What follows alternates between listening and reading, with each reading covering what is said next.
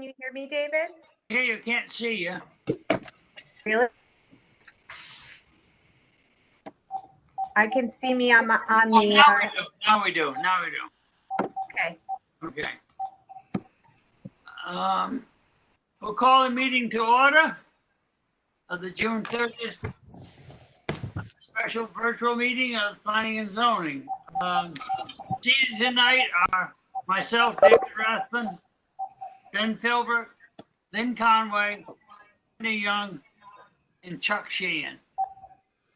First, we'll go over the minutes of the previous meeting. Do I hear a motion? So moved, Mr. Chairman. Second. Any discussion? All those in favor? Aye. Opposed? Ayes have it.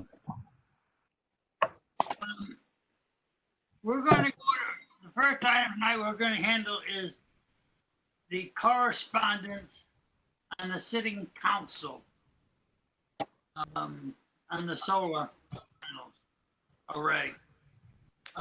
We'll have Keith talk to us first on it.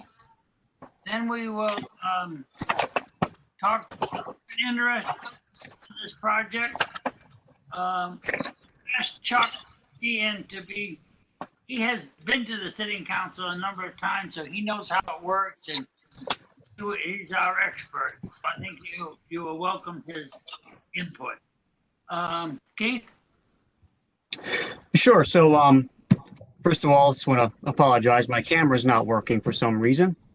But anyway, with these virtual meetings, for everyone who's not familiar with them, if everyone can mute their microphones when they're not speaking, it'll help prevent any crazy feedback or anything like that. Even if you're on a regular telephone, if you can mute yourself on the telephone, that'll help everyone be able to hear better. And another thing is just if everyone can state their name before they speak, it'll help with the minutes and the recording and help everyone know who's talking at one time. So under the correspondence section of tonight's agenda, it's notification of Green Skies Energy's petition for declaratory ruling to the Connecticut Siding Council to construct a 3-megawatt solar energy facility on 2 areas of Elm Ridge Golf Course. It's a 27-hole course. It'll continue to operate at 18 holes. As far as the background of the procedure, energy facilities of this size, they're not subject to local zoning regulations or planning and zoning approval. Rather, they're reviewed and approved by the Connecticut Siding Council.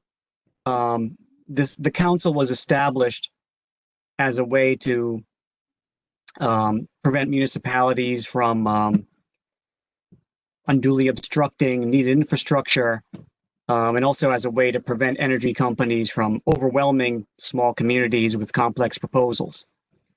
The Siding Council looks at all areas of review: environmental, usage, noise, and different state departments, including DEP, are consulted.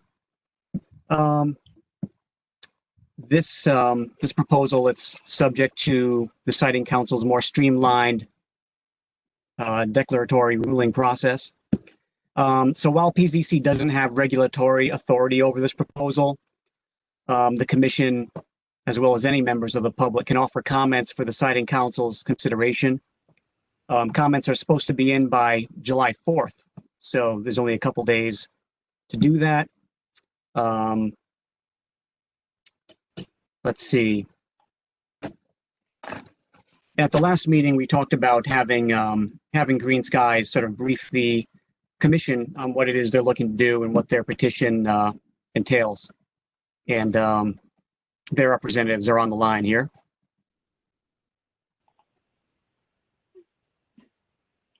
Green Skies, you ready?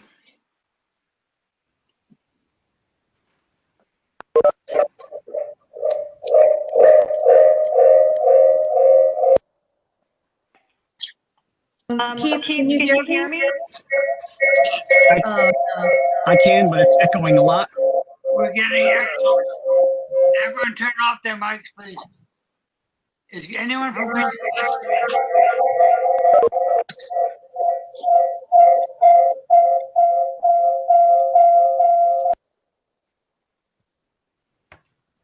I'm not sure. Is that better?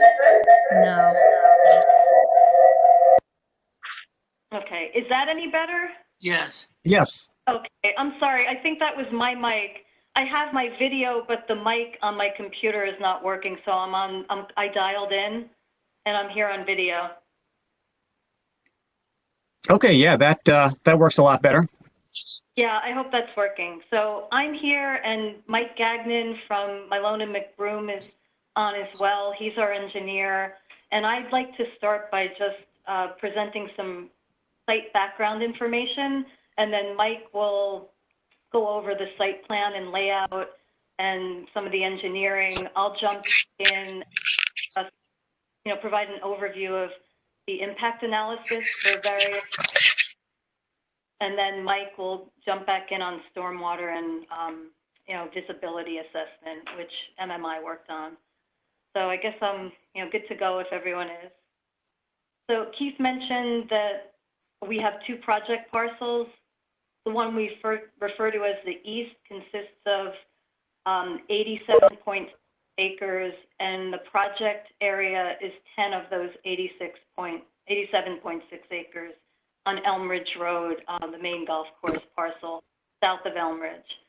The west project area is 5 acres out of 26 acres on North Anguilla Road, and the total acreage of the golf course is 200 acres, and our project will roughly 15 acres of those.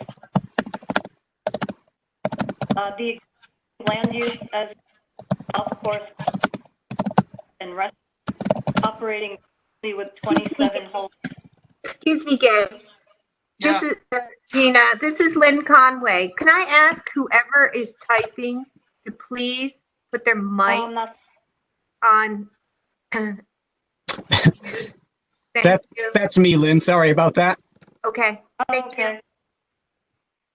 Thanks. So I guess I'll go back to the existing use is the golf course, clubhouse, pro shop, restaurant, 27 in the driving range, and it's open to the public. And the proposed land use would be a 3.0 megawatt AC solar energy facility, 2 sited on the east parcel and 1 on the west. Green Skies is leasing the property from the landowner. It's a 21-year lease with 2 options for a 5-year extension. And the owner is going to decommission 9 of the 27 holes and continue operations as 18 with the driving range and the other amenities I mentioned before. The entire west array will be decommissioned from the golf course. So that would only be the solar facility. The east array were sited within the interior of that parcel. In designing the project and analyzing impacts, we looked at the Town of Stonington 2015 Plan of Conservation and Development, and we understand that the property, both parcels, are in what's considered managed open space by the town, and that encompasses or includes activities that provide open space due to their nature, but don't have any legal or special protections that ensure it remain open space for perpetuity. It is not protected by an open space deed or easement, and this is private property. There are also road classifications, and Elm Ridge and North Anguilla roads were recommended for designation as major feeder roads. Neither is currently classified as scenic road by the town or the state. And even so, we reviewed the 1990 town ordinance that restricts certain activities along town scenic roads, and we seem to be complying with those requirements as well. There are 2 stretches of the road that are considered adopt-a road segments, and that's Pequot Trail up to Elm Ridge was adopted by the Stonington Land Trust. north of Elm Ridge up to, or north of 95 to the end of Elm Ridge was adopted by the Uplands Association. And basically the volunteer groups organize and set up work groups and do some basic maintenance and refuse and trash removal from what I gather in the website. To go over the zoning, I just wanted to point out that the current zoning allows for the following non-residential uses by special permit. So in the GBR district, the GBR 130, which is the western parcel, communications towers, public utility structures and facilities, municipal facilities, and lumbering and mills would be allowed there. And in the RR80, excavation operations, which I'm assuming would be sand and gravel extraction, along with cemeteries, crematoriums, congregate living facilities, and convalescent homes would be allowed by special permit. The very western portion of the east parcel and the entire west parcel fall within the Groundwater Protection Overlay District under the zoning map atlas and regulations, and they are not in an aquifer protection area. That's a different designation that it doesn't apply to this site. And project benefits, I don't think we really need to go over. I think you've all, y'all have a good understanding of what that might be. We're helping the state meet their goals through renewable energy, and there are no impacts essentially to municipal services. We're not generating school children, no impact to highway or public works or waste disposal. So generally we're operating with minimal, no to minimal impact there. And I think I'm going to hand it over to Mike now. If you're there, Mike, are you on? I am. Can everybody hear me okay? Yes. Yeah. Okay. So what I think I'd like to do is share my screen, if I can do that, and I'll just kind of go over the project plans. You're coming in a little gravel. Is that a little better? No.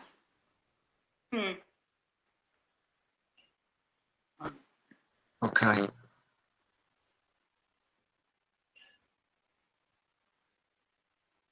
How about now? It's not any improvement.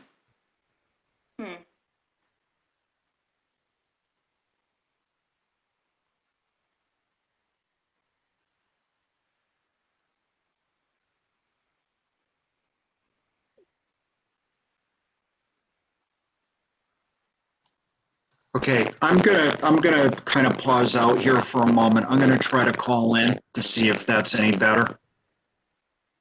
Do you have any plans to show us? I do.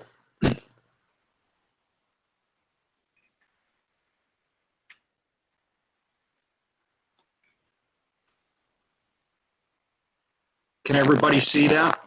Yes.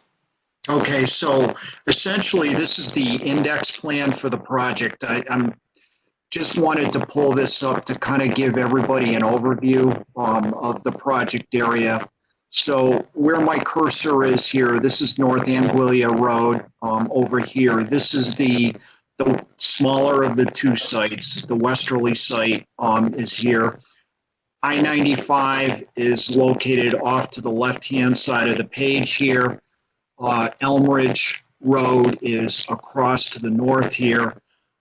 This is the second site, or the east site, which is adjacent to the existing golf course clubhouse, which is located right in this area here. So what I'd like to do is jump to the existing conditions plan. I do have ortho photos also with the proposed project superimposed, but I think for the purposes of talking about existing conditions, I'll start with these for now. So again, this is the westerly site that's essentially in between North Anguilla Road and I-95, is kind of off the page here, off to the left. This is the smaller of the two sites. This is the 26-acre parcel. As Gina had mentioned, This area of the golf course will be decommissioned once this project is implemented. Currently, there are these dashed lines right in here. These represent the fairways of the existing golf course. You can see that there are some areas here that are identified as the various amenities associated with the golf course, such as the sand traps and other features that are out there. Essentially, this is a wide open area. Obviously, with the golf course, it is bounded to the north. There's a wooded area that exists up in this area. Existing residential properties further to the north in this area on North Anguilla Road. To the south is essentially undeveloped property. There is a large wetland complex that's located down in this area. In addition, there is an intermittent stream that flows from the north down through this area here. So when we were looking at this portion of the project, we were relatively constrained with the wetland resource areas, and I will go over those in detail when I get a chance to show you the proposed project. Jumping over to the other side, this is actually the existing conditions plan for the easterly site. As you can see here, the topography is a little bit steeper in some areas, but grades overall are, approximately, roughly moderate, 2 to 5%, but they do get a little bit more steeper, particularly on the westerly on the westerly portion of the site here. This is actually the upper half, if I may call it that, of the project area. Elmridge Road is located up to the north here. This is the existing clubhouse area, is located here. Also, bear in mind, there is an existing cell tower facility that's actually located right over in here that's being utilized. And then this is actually the southern half of the easterly site. Again, this is primarily open area. This is the golf greens area. And then there's a couple of adjacent properties that are down in this area off of Woodland Court. So with that, what I'd like to do is just jump to the proposed plan, and these are the ortho photos that I was talking about. What we did to kind of give everybody an understanding of what is out there versus what's proposed, we actually superimposed the proposed conditions on the ortho photos. These are, by the way, these ortho photos are fairly recent. We actually the information is from Connecticut DEP, from their GIS clearinghouse website, and typically what we like to use is orthos that don't have any leaf cover, in other words, leaf off, so that you can see the existing features on the site. So this is actually the proposed solar facility on the westerly portion of the site. Essentially, the facility will be fenced in with a 7-foot high chain link fence. In this particular case, this is just going to be standard fencing around the facility. The primary access to the facility will be right in here off of North Anguilla Road. We're attempting to use the existing access to the golf course in this area to try to take advantage of some of the existing vegetation that's located up in this area for screening purposes. And we're actually extending the row of arborvitaes across the front that's shown here. And then likewise, we're adding another row of arbs just beyond the other side of the access drive. In terms of the electrical interconnection or the electrical service to the facility, that is going to be And if I can attempt to zoom in here, I can kind of show you what that's going to look like.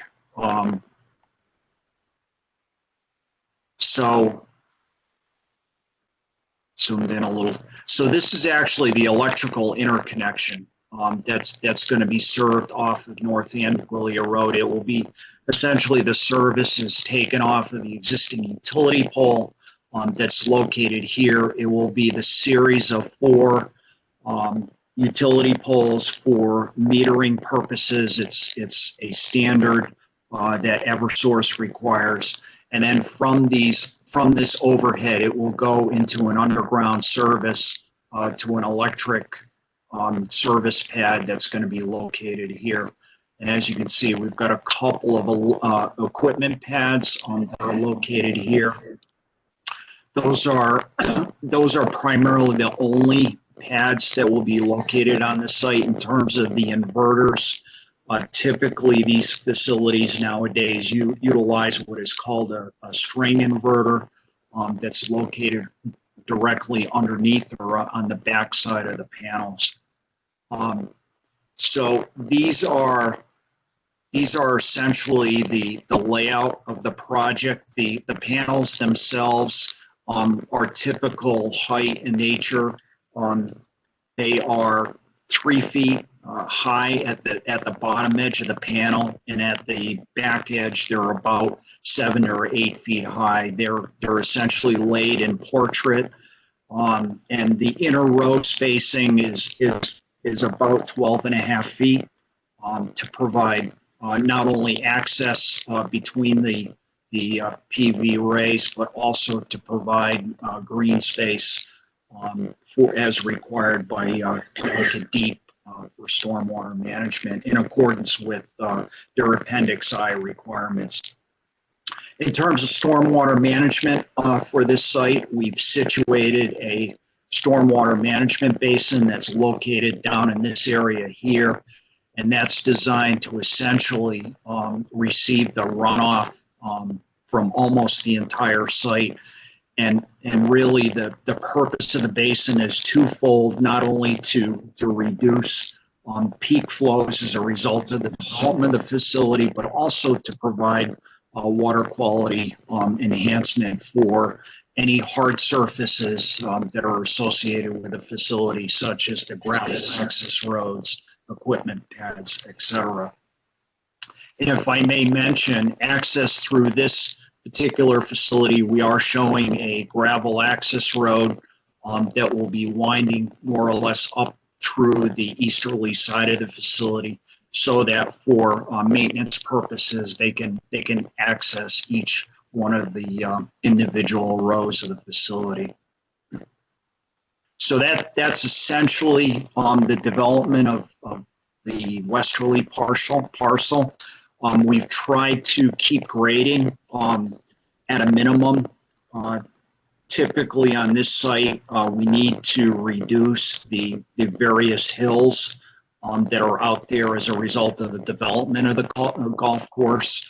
And on this particular site, we actually had to do some grading in this area here in order to direct the runoff into the stormwater basin. But essentially in the upper area of the facility up in here, that will be vastly unchanged from existing grades. So now moving over to the easterly parcel. So what we're looking at here, this is the northerly half. Sorry about that. Okay, this is the northerly half of the easterly parcel. This is the site that is adjacent to the clubhouse area that's located. This is actually the parking area that's located here. The main clubhouse is actually off the page. It's off to the right here. So access to the easterly site will be off of Elm Ridge Road. We'll utilize the existing access drive that goes up to the clubhouse, and then we've provided a access drive into the facility that will come off of the parking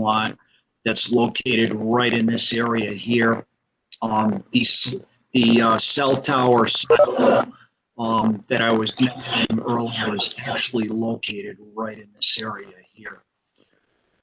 In terms of interconnection to this particular site is going to be a little bit different than the westerly site.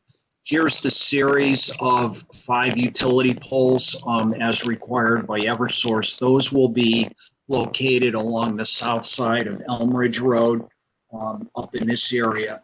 And then from the last pole, which is located here, there'll be an underground conduit that will run down southerly to the equipment pad within the facility here. And the reason for that is the owner, this fairway is actually going to be retained when this facility is commissioned. So in order to do that, obviously we had to provide underground service to the facility. The layout of this particular site takes into account the operation of the existing golf course. We did a lot of different scenarios in terms of the layout, working with the owner to make sure that we could provide a facility that was in harmony with the operation of the existing golf course. Similar to the other side, this is the access road that will be essentially serve the facility in order to access the individual rows. In terms of grading on this particular area is we've really tried to minimize grading, other than, as I mentioned earlier, to reduce some of the hills that are within the golf course area. But essentially, existing grades will be maintained in this facility. We've located the primary or the stormwater basin for this site over in this area here in order to receive the majority of the runoff from the facility, so that it's directed down to here. In addition, we've actually graded a diversion swale that's located in here that will convey the runoff into the stormwater basin. And the outlet, by the way, is located right in here, which during high flow events, that runoff will be directed towards the wetland area that's down in here. Just another thing to mention, like the other side where we were trying to utilize, I had mentioned the row of arborvitaes and the existing vegetation. On this particular site, we are providing some additional plantings for the purposes of screening. We've actually shown a row of plantings along the northerly fence line to essentially screen the facility from view from Elm Ridge Road. And we'll go into more details later on about that in terms of our visualization study. At the southerly end of the parcel, this is actually the southerly tip of the easterly facility. And again, we're providing additional landscape shrubs and small trees that essentially are going to run along the southerly fence line and wrap around in this area to essentially mitigate the views from the woodland court area. In addition, the fencing here will be similar to the westerly site, except that in this case, the fencing will be provided with privacy slats throughout the perimeter of the facility to essentially screen the facility from the golfers or the users of the site. And as you can see, there's another fairway that's located down in this area. Again, that will be maintained with once this facility is put into place. So that essentially summarizes the layout of the facility. I think with that, Gina, I don't know if you want me to jump into the visualization analysis.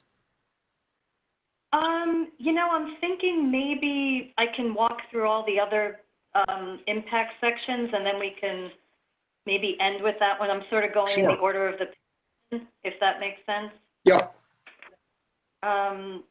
Yeah, one item just before we jump into the impact analysis, I wanted to talk a little bit about our O&M, operations and maintenance, and also decommissioning. So for O&M, we do not use any chemicals within the array to control vegetation.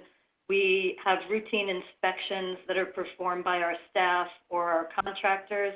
We check all the equipment, the mechanical and the electrical, fencing, the gates for security, and any stormwater measures or BMPs are routinely inspected. And I believe it's at least annually, it might be biannually. So that's covered. We don't just build the facility and walk away. As far as decommissioning, we have a decommissioning plan in the petition that allows removal of the entire facility and restoration back to the land in its existing condition, essentially, with the minor grading that we'll be doing. And that allows the land to be used for a variety of uses in the future, including agricultural or whatever the landowner decides at that time would be best.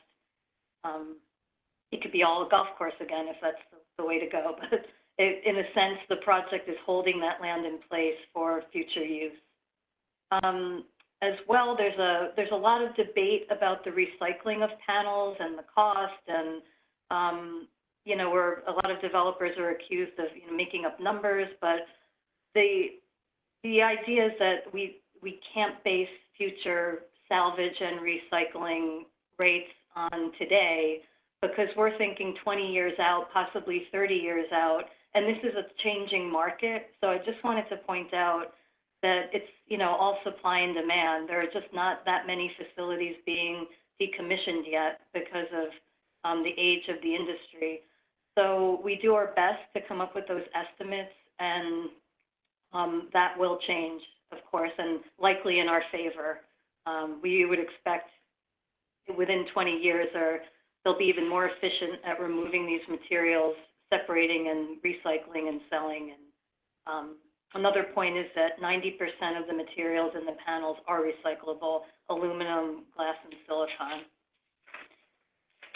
So to get into the impact analysis, I'll try and go through those quickly that we don't need to get into detail on. But the first is community setting and scenic character.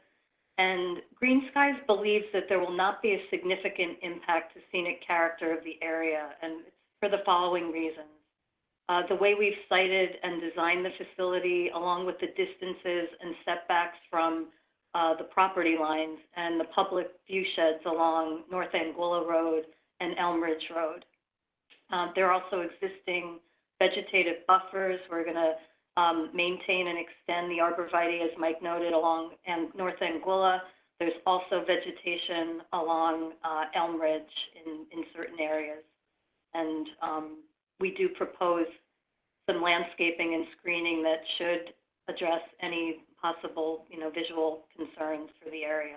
And again, the green slatting on the fence will help as well.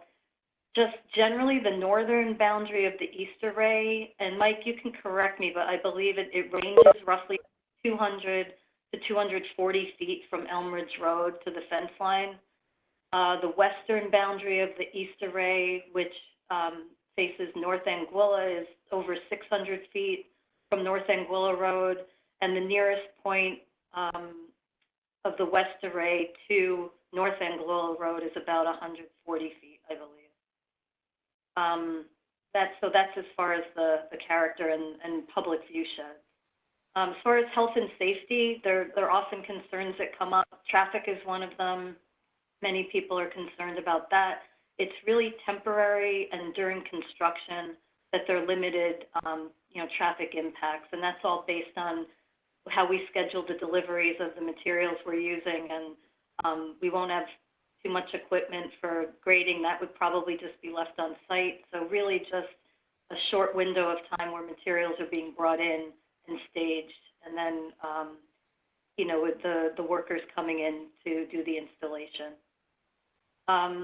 And then at post-construction, we generate literally no traffic except for those annual inspections, which might be once or twice a year. It would be a vehicle with a couple people who would just walk around the site and observe what they need to look at. EMFs are also a concern, electromagnetic fields. We hear that comment from the public. I'd say almost on every project, someone has that concern. And according to NREL, the National Renewable Energy Laboratories, solar facilities generate the same magnetic fields as a household appliance within close proximity, and then that dissipates with increasing distance and is not a concern, would not be a concern to adjacent property owners or neighbors. EMS and safety, the project has been designed to accommodate turnarounds for any emergency vehicles that might need to enter the array areas. And we typically or routinely offer to have a meeting and a site walk with local officials, a fire marshal, engineer, anyone who's interested to go over the plans, point out where the locks are, the gates. If it's a combo, we make sure everyone has access to the site. We point out the shutoff switches, and although most people don't want to do that, but we would make sure that they're aware of where everything is, and there's signage on all the equipment and on the pads. Groundwater impact and water supply wells, there essentially are none, but we'll discuss that separately.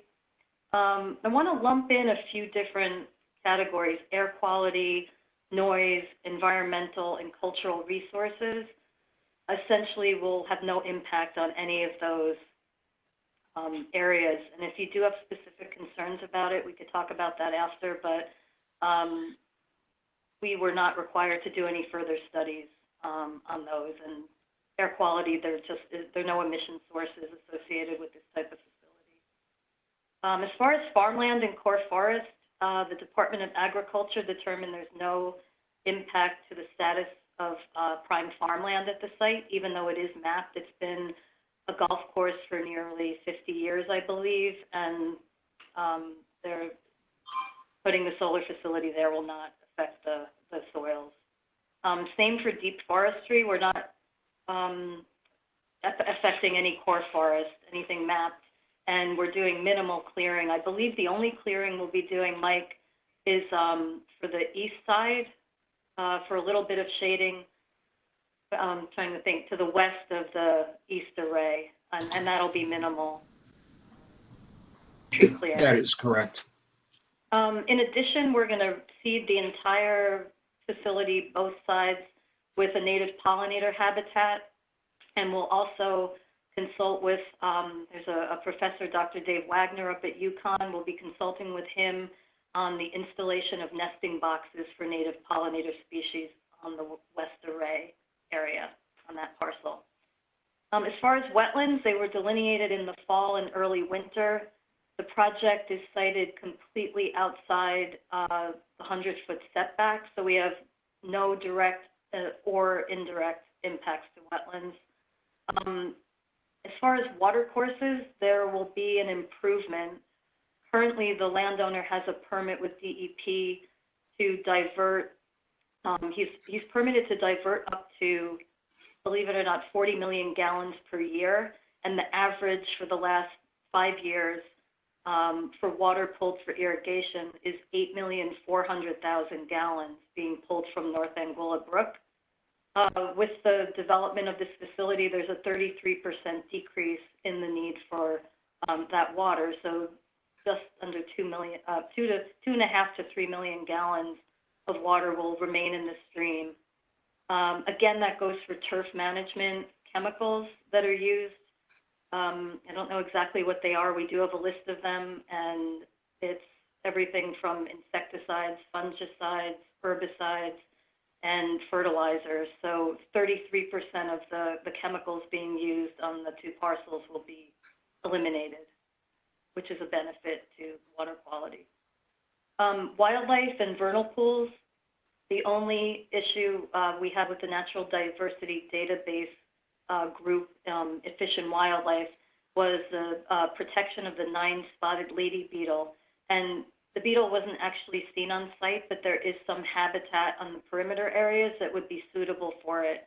So their only requirement is that we don't use any chemicals on the property for vegetation maintenance, and we don't do that anyway. So we're good to go there. The vernal pool study was done as well this spring. There were 2 areas identified during the wetlands delineation, one at the very southwestern corner of the east parcel and one on the west side. And they were identified as potential vernal pools. And MMI's biologist was out there at the end of March, end of April, and end of May to do further field investigations. And the conclusion was that there are no active vernal pool systems because the superficial hydrology doesn't support the breeding and development of those amphibian species that utilize vernal pools. So that's all set for the vernal pools. We won't be impacting anything there. And as far as water supply and groundwater, wanted to make the point that the equipment in the facility does not contain hazardous or toxic chemicals. They're polycrystalline bifacial panels that are comprised of glass, silicon, aluminum, some copper wire, and other trace metals, all completely contained within a layered system.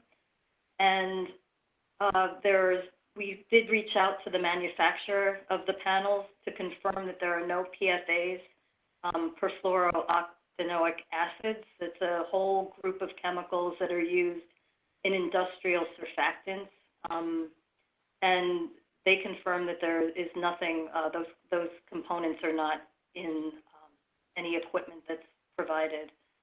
And what's pretty relevant is that they had a report, it's a TCLP report, and that's Toxicity Characteristic Leaching Procedure. It's an EPA protocol for analyzing materials that end up in landfills or in waste. And it's a way that they can run a sample in the lab of a solid material, which would, in this case, would be the materials, probably a composite of materials from the panel, to see what would be pulled through and would end up in groundwater or leachate liquids leaching through. And the lab analyzed a whole list of inorganic and metals, inorganic metals and actually some organic compounds as well. They included all the heavy metals, arsenic, cadmium, chromium, lead, selenium, silver, and mercury. There was only one detection out of the entire list, which I don't know if you can see, but it's a long one. And that was lead, and it was well below the maximum detection limit for EPA's guidance. So I think that's good information to have, and it should not be a concern that anything would be leaching into the groundwater from the facility. O&M, to reiterate, we don't use any chemicals or pesticides for our operation, so no concerns there either. And just to reiterate, the elimination of the 9 golf holes will be a significant decrease in chemical usage on the site. Actually improve surface and groundwater quality, I would think. Property values, that's another item that people are concerned with in almost every instance. We're building a project, and there's really no evidence or data showing that solar facilities impact surrounding property values. Solar is not only sited on brownfields and landfills and Superfund sites. There just aren't enough of those to, offer, less land for these projects. And many even in Connecticut are in residential and rural areas on farmland throughout the state and throughout New England, and I believe the country as well. And SEIA provided a fact sheet. I don't have it in front of me, but just some data that's available. I believe that's the Solar Energy Industry Association, and I can forward that to Keith after. Any information I have, I can provide.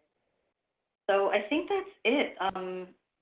Just for general impacts, and Mike can talk about the visibility and anyone has more questions about stormwater, there's a whole lot to discuss there as well.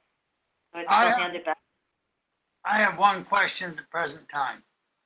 Okay. Why arborvitae? Why not native species? Arborvitae seems to be the tree of the week, or month, a year.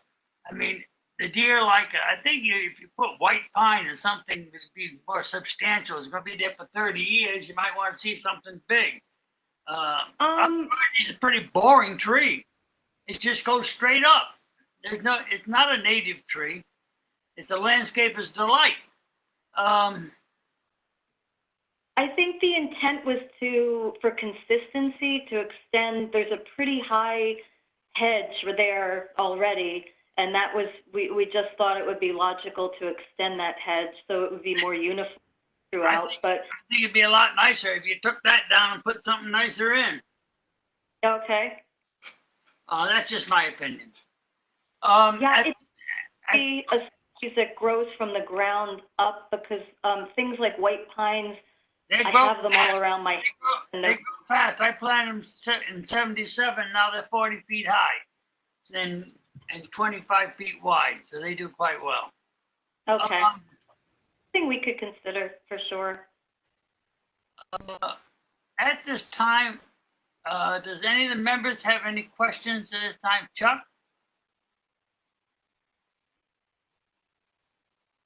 Chuck, you there? What happened to Chuck?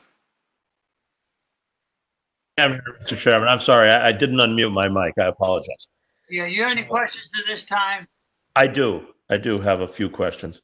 And it relates to the chemical constituents in the stormwater runoff and the chemical constituents in the manufacture of the solar arrays. And I just want to make sure I understand what was said, because it sort of contradicts what we're hearing from the rest of the industry, that PFAS containing materials are used in the manufacture of solar arrays. And that is what has given rise to the speculation that there could be a potential link between discharge that contains PFAS chemicals emanating from solar arrays. So if you could just go over that. I think you said that I understand the toxicity leaching studies that were done and everything, and that in actuality, you only had a hit for lead, and that was below the threshold. But the portion of what you said about the manufacturer does not involve any PFAS containing materials. If you could just go over that in a little bit more detail. I was just told that the panels and the equipment don't contain the PFAs. That maybe, I don't know, we could research it and find out and see if they're used during manufacturing, since they're associated with surfactants that might be used to clean equipment in the manufacturing process. I could follow up with them and send Keith an email about that. I'm not sure how they're used. We can maybe check with EPA or do some more research on that and try and find out. But the panel, it's not an ingredient, but a component of the panels themselves. Whether they're used during manufacturing, I can't answer right now, but we'd be happy to research that a little bit. And the panels don't come with an MSDS, a material safety data sheet, because they don't contain toxic or hazardous chemicals. So I would think if there were PFAs in them, they'd be required to have a data sheet explaining how handling and response and disposal of them and use and just protection for installation. So that would definitely be provided if it were necessary. So we can look into that. I can reach out to the manufacturer again and send Keith an email about that. Okay, I think that is the reference that I saw, at least in material that's available online. EPA is looking into this. Again, there are no positive conclusions or even any preliminary conclusions that speculate that there are PFAs in the runoff. but they are looking into this. Okay. Yeah, my understanding is that there are certain industries that the standard was developed for, and it's fairly new. Within the last 3 years, 4 years, the labs have been working to develop protocols to test for it, and EPA is working on standards for it, but it's typically for industrial, production of industrial materials and chemicals. So we can look into that further. Because we haven't we are saying that on the panels themselves, whether they're used during manufacturing, that's another question. And if they are used during manufacturing, it doesn't mean they're contained within the panels, even in trace amounts. So we can do some more research on that also. I just did reach out to the manufacturer, and they said there are no PFAs contained within the equipment. And I didn't ask whether they use them during manufacturing because it's wasn't sure the relevance of that. So we can follow up with them. okay. My concern is related to whether they're used in the manufacturer or whether they're actually present within the panels themselves. Because we are creating sort of a perfect storm where we're building large detention basins that if there is chemicals in the runoff, it's an ideal opportunity to put it into the groundwater in these large detention basins. So that feedback would be very helpful to me. Thank you. Okay.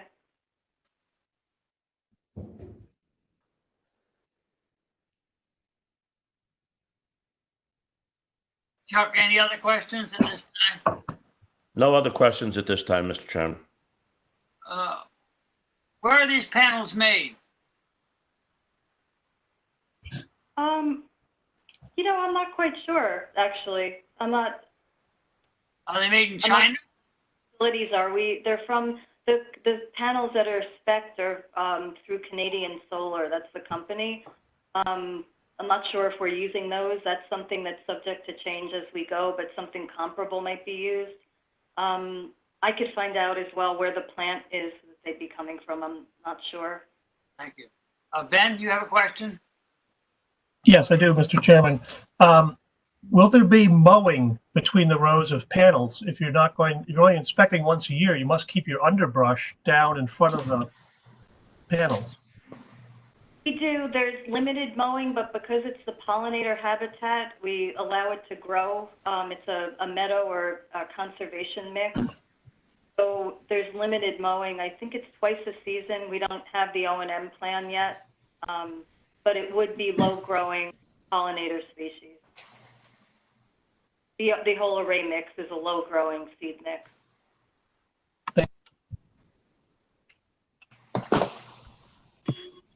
This is Lynn Conway. I have a question. So you said the fence around the westerly site was going to be, I think, approximately 7 feet, and the fence on the easterly site was going to be the same height. Is that correct? But just it would have the privacy panels. My question is, given the height of the panels, the highest point, and the terrain, how much of the panels are seen over the fence line?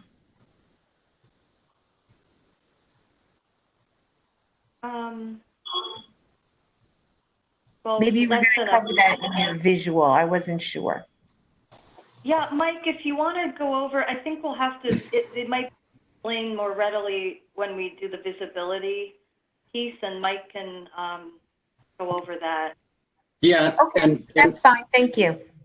Okay. Mr. Chairman, I do have one additional question, and it's for Mike. Okay, I'm here. Mike, Chuck Sheehan, thank you for the presentation. It was very informative, and I think the visuals were helpful. Could you put the map back up that's the overall map and show the closest proximity to private wells from the east and west side of the arrays? Yeah, so we don't have, but let me, I will pull that up right now. If you don't have the wells located, if you could just show the closest proximity to the residences.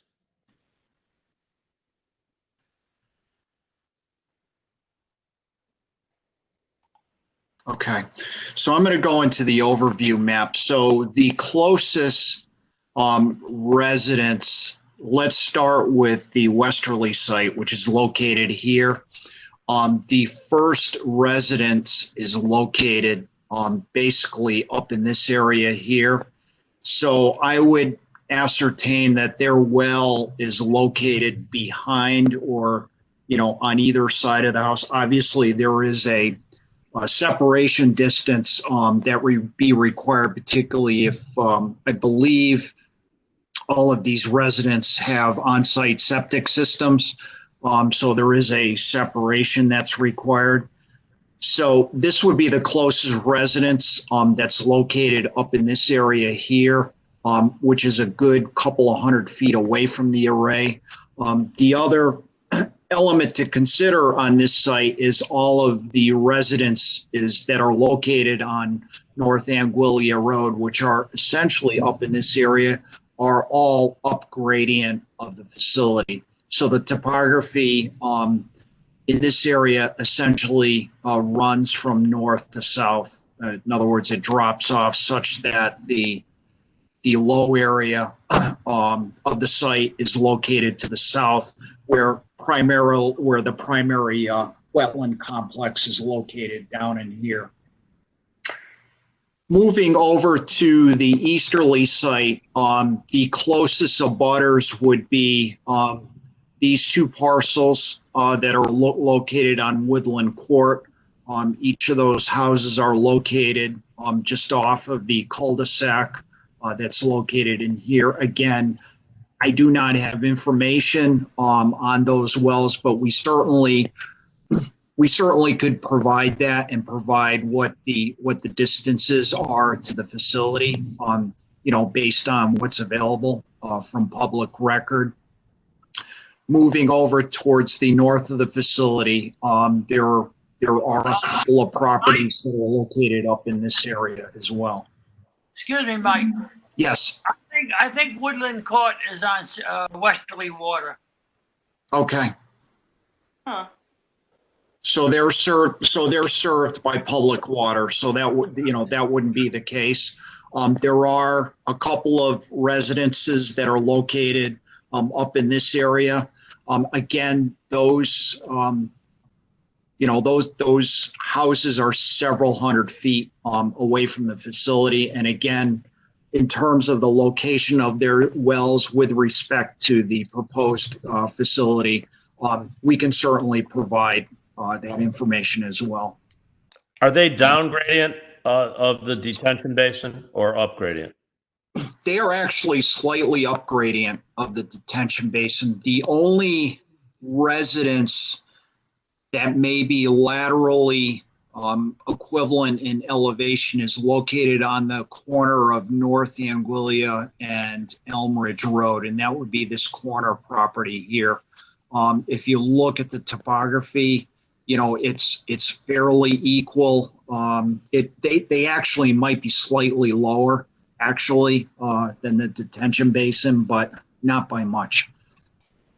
And again, the primary outfall from this basin, by the way, as I had mentioned earlier, is located down in this corner here, such that that water will drain down towards the wetland complex that's located here.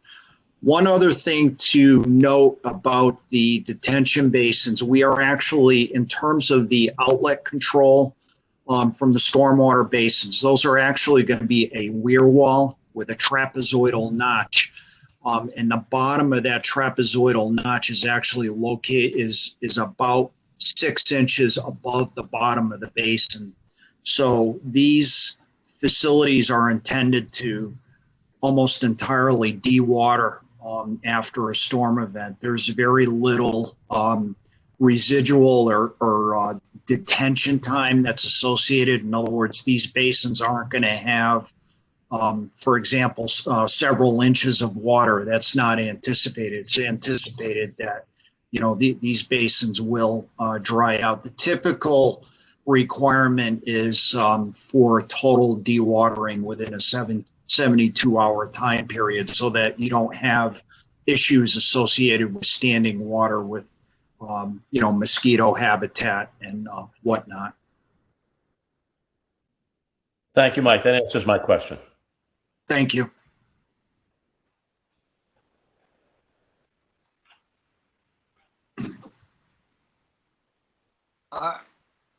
Where are we at?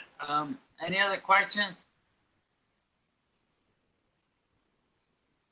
At this time, I'd like to ask the neighbors who have questions, who would like to talk to us. You're welcome to go in, come in. Did you want to talk about the visibility assessment? Yeah, go right ahead. How long is that going to take? Is that a long one? Mike, could you be quick? Yeah, I'll make it real quick. If I can take over screen control here for a moment. Yeah,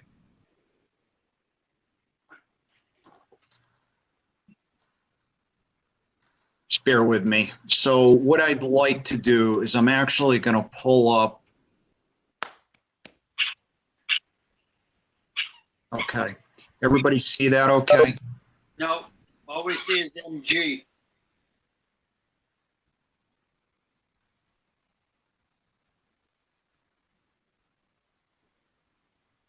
How about now? Yep. There you go. Okay, so again, this is the ortho photo. This is the westerly site is located over here. This is the easterly site. What we did as part of our visual assessment is we tried to identify essentially the abutters that would be most impacted in terms of visibility of the proposed facility. So what this map represents, and I'll jump into the actual before and after simulations, but this essentially shows these blue arrows here actually show where the before and after simulations were taken, knowing that the properties that were identified to be most impacted and from a visual standpoint were the two properties on Woodland Court located down in this area, and then the three residential properties located along the north side of North Elmridge Road. We did not do any visibility assessment for anybody on North Anguilla, simply, and again, these blue boxes represent the number of photographs that were taken looking towards the proposed facility, and it was determined that based on existing vegetation, trees, other obstacles, that, you know, that those folks wouldn't actually see the facility. So all of these photographs, I believe, Gina, if I'm correct, are available as part of the petition that was sent to Siting Council. So what I will do is, and I may just have to jump around here, but so what I'm pulling up right now, these are the before and after photographs. So this particular, what is called view one, is taken right from this vantage point on North Elmridge Road. We're essentially looking south towards the proposed facility. So the before photo, as you can see, is quite obscured with vegetation.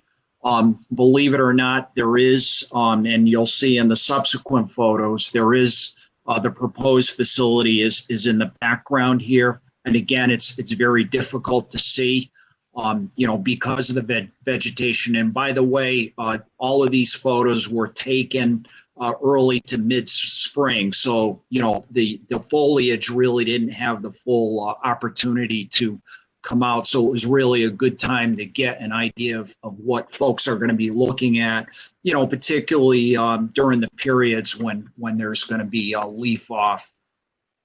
View number 2, this is actually taken from 258 Elm Ridge Road, and that's represented by this area, this view shed number 2 for this property here. So the before, as you can see, they're essentially just looking at the golf greens that are shown here. And then this is the after view. This is actually the fence line around the facility. And as you can see, it is tainted a little bit green, and that's really to show the privacy slats that are going to be included with the chain link fence. So you virtually cannot see the panels themselves. And also keep in mind that any of the existing vegetation on the golf course will be retained. This is view number 3, and to show you that on the overview map, that is the property that's located on the corner of North Anguilla and Elm Ridge Road, which is this vantage point right here. Again, the before, you know, you can see they're looking at the golf greens. And then this is the after photo. This is the proposed facility way up here in the background, which is actually going to be behind the row of pines that currently exist on the golf course. Rolling into these last 2 simulations are looking at the proposed facility from the Woodland Court properties. So this is vantage point 4 looking northerly towards the proposed facility. So this is the before, you know, essentially similar to the other photos. We're looking at the golf green. And then this is the after. And what we've tried to do in this particular view is actually add the proposed vegetation that would be provided along the fence line. And you can see that along the front of the fence. And by the way, we've shown the plantings at the height that they actually would be planted. So essentially over time, you know, the idea is that these would grow and essentially screen the fence itself. And then the last simulation is looking at from this property here on Woodland Court, essentially looking in a northwesterly direction. Again, we're looking at the existing fairway up in this area here. And then this is the after view. And again, this is the proposed facility as it's going to look in the background. And by the way, these were prepared using actual photographs that were taken in the field.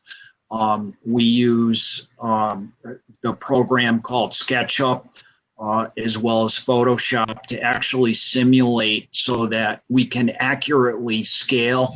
For example, from this property, which is a considerable distance from the facility, you know, the fence line, as it looks here, is actually properly scaled based on the model that's created with SketchUp. So that's essentially a summary of the visualization study that was conducted. Thank you. Question, Mr. Chairman? Mike, why wouldn't you plant more mature species in the beginning to screen the anchor fence? You know, the anchor fence as a vista from a residential property is not, you know, an ideal visual. Why wouldn't you plant more mature species to even screen the fence? Well, the idea is to put in, and again, they're of varying heights. We actually, in the plant set, we actually have a schedule in terms of what plantings need to be provided. Generally, the shrubs and the trees, they're going to be planted. When they're planted, they're going to be, you know, 5 to 6 feet high. You know, they're not going to be little saplings by any extreme. In the plant set, we actually, if you look on and if you'd like, I can actually pull that up. It actually shows a schedule of how large those plantings need to be when they're purchased, essentially. So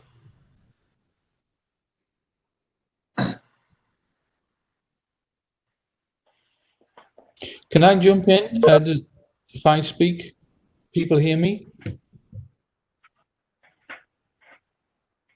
I'm guessing not. Who's speaking? Oh, hi. This is one of the local residents. This is. We'll get to all the local residents after we finish our questions. We're going to okay. Oh, fair enough. Thank you. I'd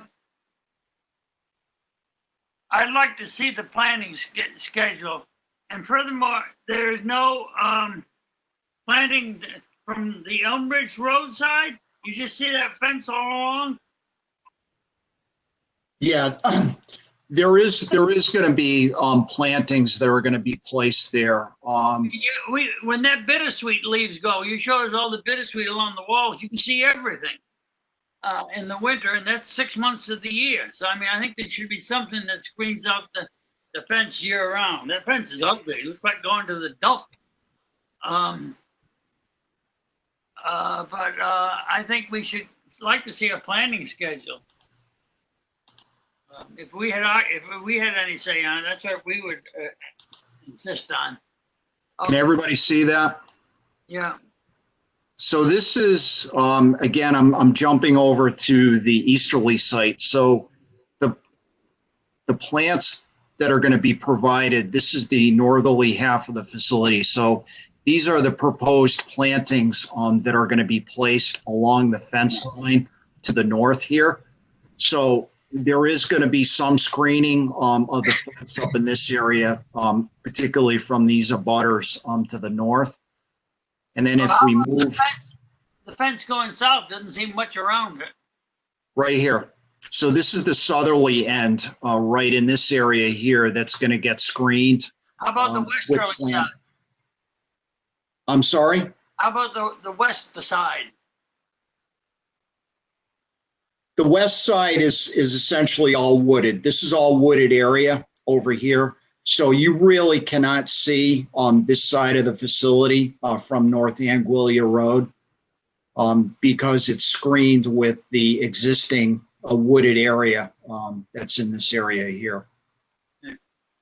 So this is actually the planting schedule that's shown on the plans here. I thought we actually, but we can provide that.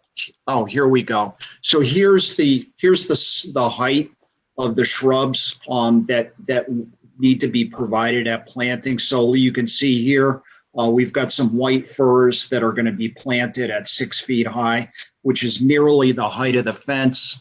You know, we have some other species here that, again, are going to, when they're planted, they're going to be, 5 to 6 feet high. So the issue with once you get into much larger than that, and again, I'm not a landscape architect by trade here, but my understanding is the larger trees are difficult to manage in terms of longevity, whereas the smaller plantings generally survive better than the larger varieties do. So that's essentially that in a nutshell. Thank you. I think that answers my question, Mr. Chairman. And in a way, I guess it contradicts a little bit what you said, Mike, that you probably won't see much of the fence in those areas on the south and northerly elevations if the plants are really 5 to 6 and 8 feet tall. Yeah, you may see portions of the fence, in between the shrubs. We can't deny that, I think, but certainly with the plantings, it's gonna help soften the visual. I noticed you had some 1 gallon things and some other things. Well, that's something you buy at the supermarket. I mean, we got to get a little bigger than that. Yeah, and the idea is to plant a diverse variety of plantings. We don't necessarily like to stick with one specific species. Again, to provide a mix of plantings And those smaller varieties, by the way, would be interplanted between the larger trees to kind of help fill in the lower areas. I'd like to see an instant forest. That's the way I like it. Anyway, do you have anything else to say at this time? Any more questions from the members at this time?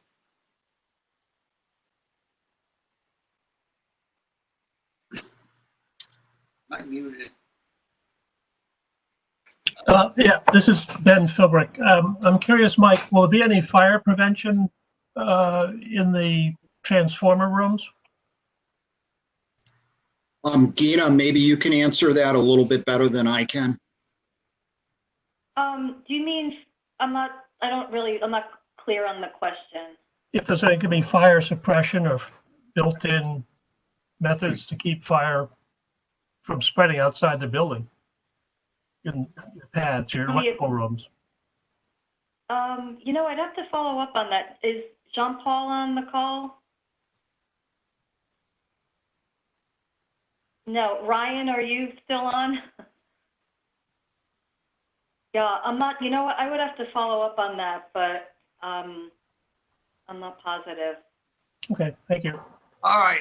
At this time, we'd like to invite the neighbors to participate.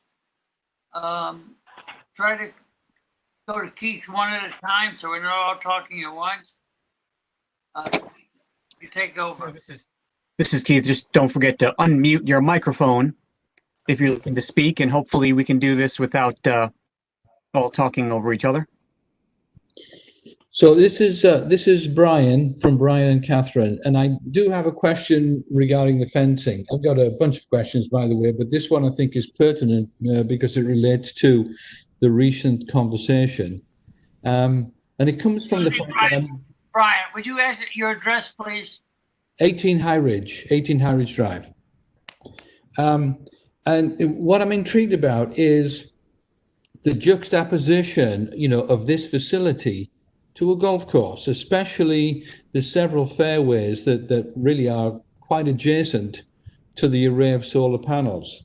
I'm assuming a lot of you on the call play golf, and wayward balls are a very common occurrence. 7 feet is not going to defend from a wayward drive, and golf balls are going to fly in the area. So my question is twofold. Are the panels robust enough to avoid damage? And if the answer is no, I can see some rather, you know, sinister move at some time in the future to increase the height of the fencing to guard the panels against the, you know, potential, you know, golf balls, and obviously completely change the visual aspects of the proposition. You know, we did work, Mike, if you want me to take this one, in developing the design, we worked very closely with Alan Rustici on the design, and where, you know, we pulled back, we looked at the direction people were, I'm not a golfer, so excuse me if I don't use the right terms, the direction people are teeing off and the distance from the side, and we're leaving certain trees in areas that might be a potential risk for that, but we believe it's minimal.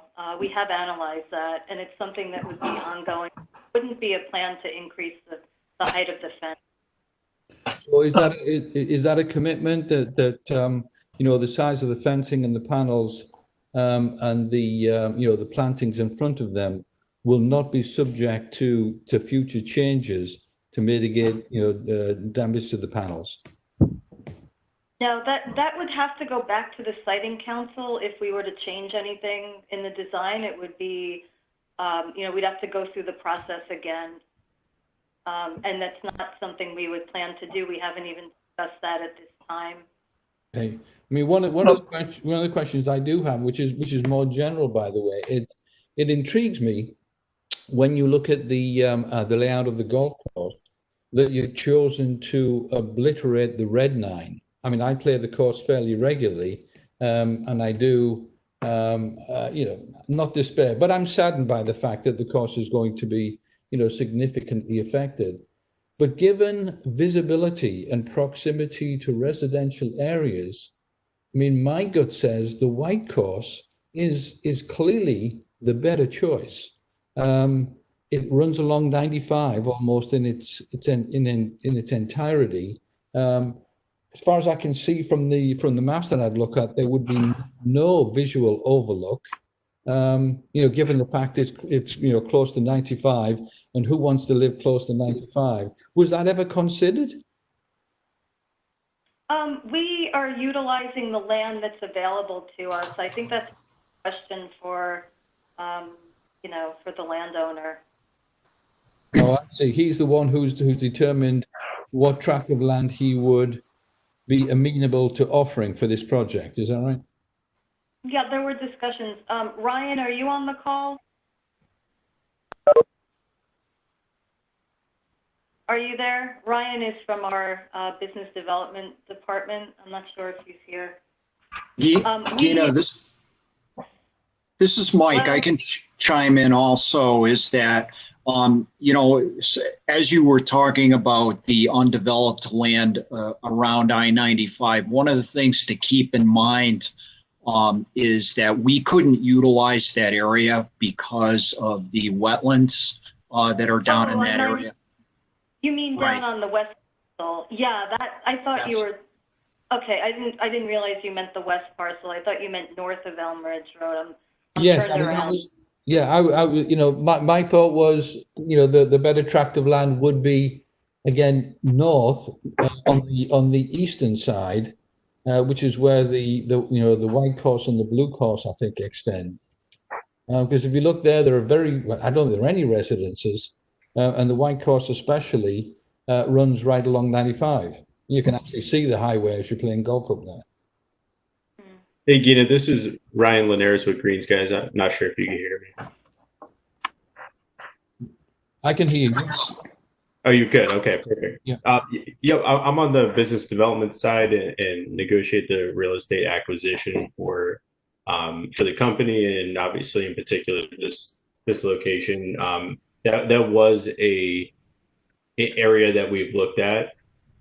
There are also significant wetlands at that location as well. Some of them were man-made and some of them are natural wetlands, to a point where it would really affect not only the project, but even the access to get to the project itself.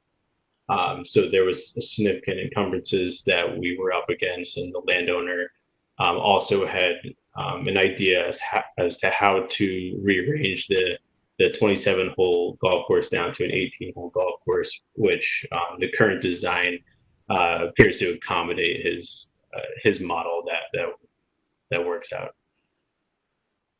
But we did look at it, absolutely, and it just didn't make sense for our current project.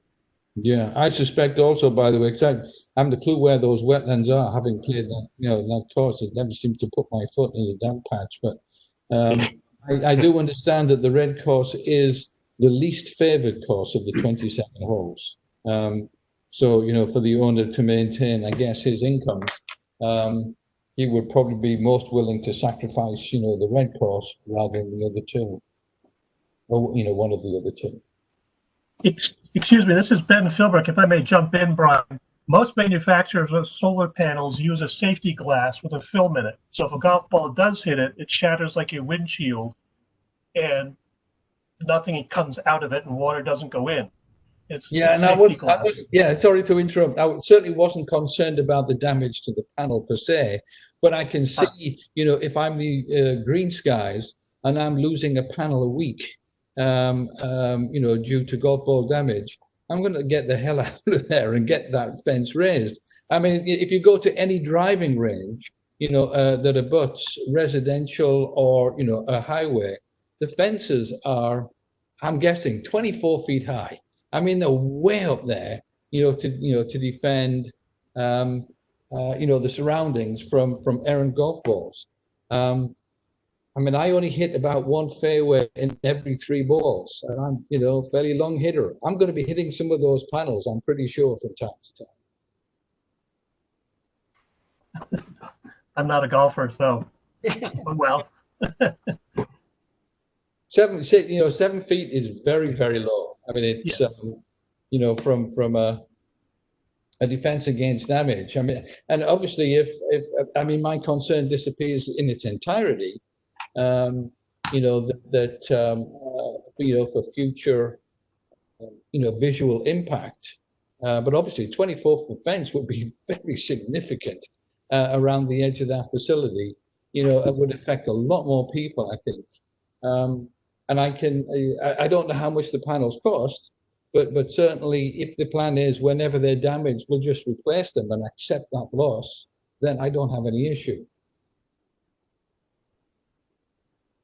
Yeah, that is, I don't know if you want to talk about that too. It is something that we considered. We do have, regular O&M costs that are built into the project, and there is insurance. I'm not sure if that covers damage, but there's also the possibility of working with the landowner and reassessing and redesigning some of the holes if it becomes an issue. That's, an ongoing discussion, but we have not even discussed extending the fence, and we wouldn't do that because a higher fence could start affecting shading of the facility as well. So,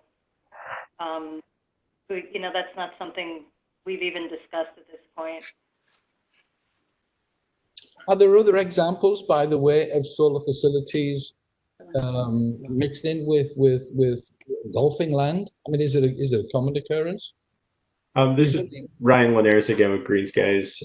We actually have built a lot of ground mounts next to baseball fields at budding schools where a lot of times the kids will foul tip the ball, or we're in the area where the home run is, and sometimes the ball will go over the fence. We've never actually had an issue with when a softball or a baseball hits the panel, and that's some data that we've sort of relied on when calculating the risk reward for this particular project. But we do, as Gina had mentioned, we're carrying insurance for this, and we do have a 25-year warranty on the panels. So there's a lot to fall back on in the event that this does continue to reoccur. We had made sure that our insurance policy would cover it for us. Thank you. So just one last question before I leave, if I can, monopolize the floor again. I'm intrigued as to the 20-year lifespan of the facility. Is the plan ultimately to decommission it after 20 years? Is that a given? Or is the plan, to keep it, maintain it essentially in perpetuity? We do have a 20-year power contract with the utility, and we have a 20-year lease agreement with the landlord. There are renewal options at the end of that, but we won't have anyone to really sell the power to. So that creates an issue on our end, since we're generating power without any real guaranteed revenue stream. So it's a risk that we'd have to calculate a few years in advance prior to potentially renewing that option. And the landowner also has the ability to say no and pack up and leave, and he could do whatever he wants to do with the property again. So Eversource is presumably committed to buy power from you for the 20-year duration. That's a solid commitment. That's correct, and that's why we have to structure the lease agreement with the landowner at basically the equivalent term. Yeah, I mean, I did have one of those sort of sinister questions. What if Eversource after 10 years decides they're not interested? They've made alternative arrangement that makes taking power for you unprofitable.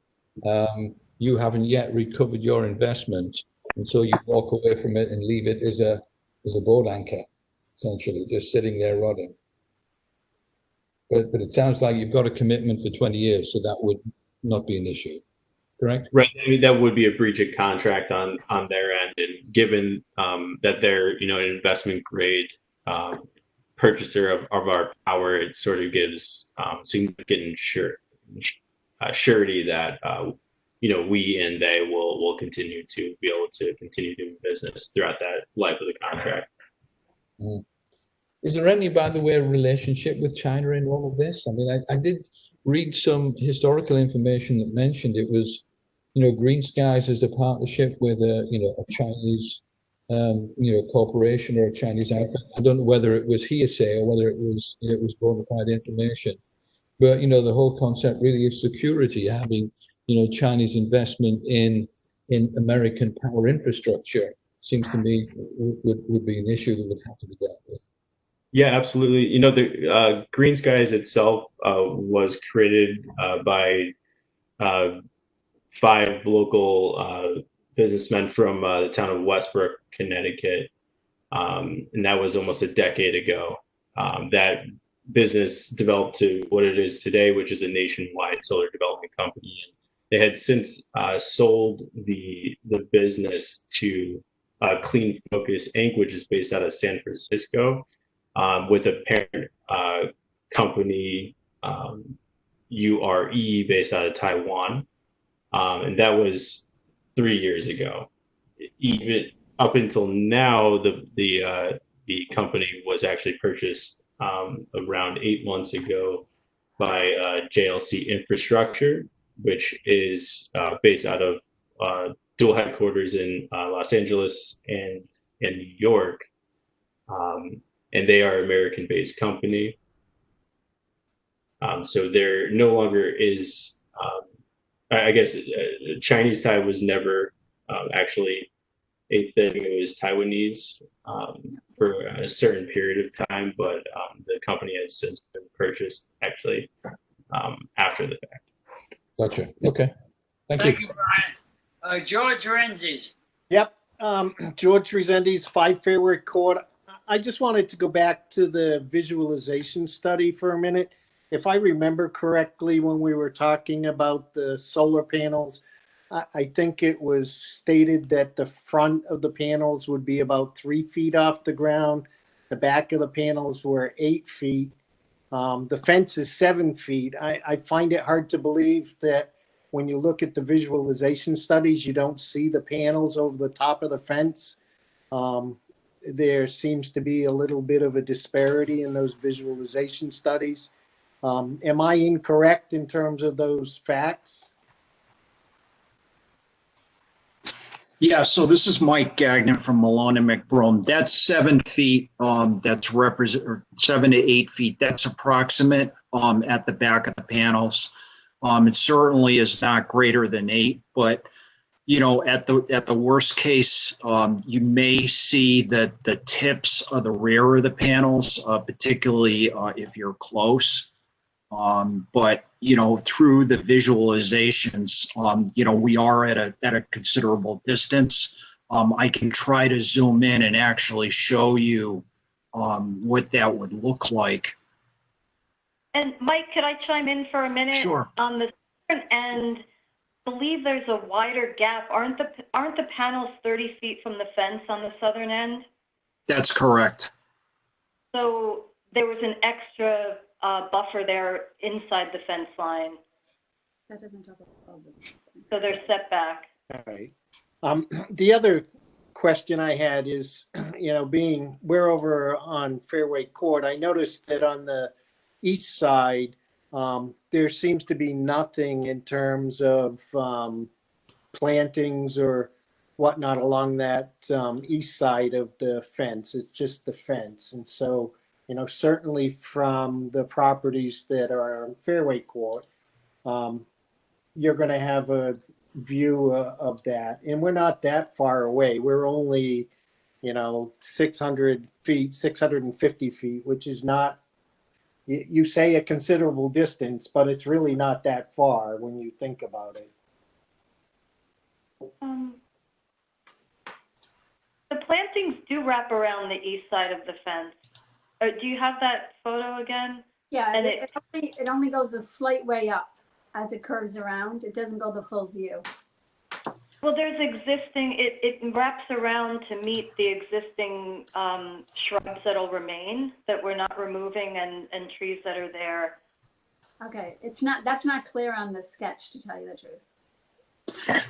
So this is if everybody can see this, this is the visualization from 6 Woodlawn Court. So here's the proposed vegetation. Essentially, right about in this area is where the fence, or maybe it's here, actually starts to go easterly. And this is the vegetation that would be planted along the easterly side. And then as you move further, there's actually existing forsythia shrubs in this area here that will help to mask the view of the fence. Now, going to the earlier question, if you zoom in, and I apologize for maybe any distortion, but you can see right over in this area here, we're actually depicting the very top of the panels as shown here. This is actually above the top of the fence. And as I had mentioned earlier, the visualization was prepared so that it was at scale, at the distance of where the vantage point is taken, if that answers your question. Yeah, thank you. But again, going back to the forsythia, after the forsythia that are there, it looks like pretty much the fence is in plain view. So if you go back to your forsythia shot. Yep. Beyond that. Yeah, so this is the fence line that's way up towards the facility, up in this area here. Right. Well, to the best of our knowledge, no one did a visualization study from the Fairway Court properties because there's a completely different vantage point, which actually is pretty much right there. So there certainly is a visual impact there as well. And so we are concerned about that because it's in the middle of a residential neighborhood. I also wanted to respond to Mr. Sheehan's point. My reading of the submission of the siting council says that Green Skies hasn't actually decided on definitively which panel that they're using. Gina, is that accurate? Yeah, we typically spec. Ryan, are you aware of this? On every project, if it's not that one, it would be comparable. It would be the same design, the height, the tilt, the orientation, and portrait. Sometimes it's a matter of what's available at the time, but it would be, something that would be equivalent to that. So well, I guess it's the definition of equivalent that I'm concerned about because Mr. Sheehan raised some very good points about, possible contamination or what the panels are made of. And so the fact that they can be substituted in a comparable, I think it's the definition of comparable that was concerned. Well, they would only be substituted for this type of panel. It's the same, bifacial, polycrystalline, same materials that would be in any other. And there isn't a plan for that at this point, but it would be an equivalent panel that would have the same materials. It would be composed of the same materials. Yes. To reiterate, would contain any hazardous or toxic chemicals and are not leaching. This is Ryan Linares again with Green. We hold that steady, consistent for every project that we submit, only because of if market conditions do change, we'd like to be able to not be stuck with a company that might be pricing the panels too high. So we do go out to bid and look for, as Gina mentioned, the equivalent panel for a few different manufacturers at the time when the project's ready to proceed to procurement of materials.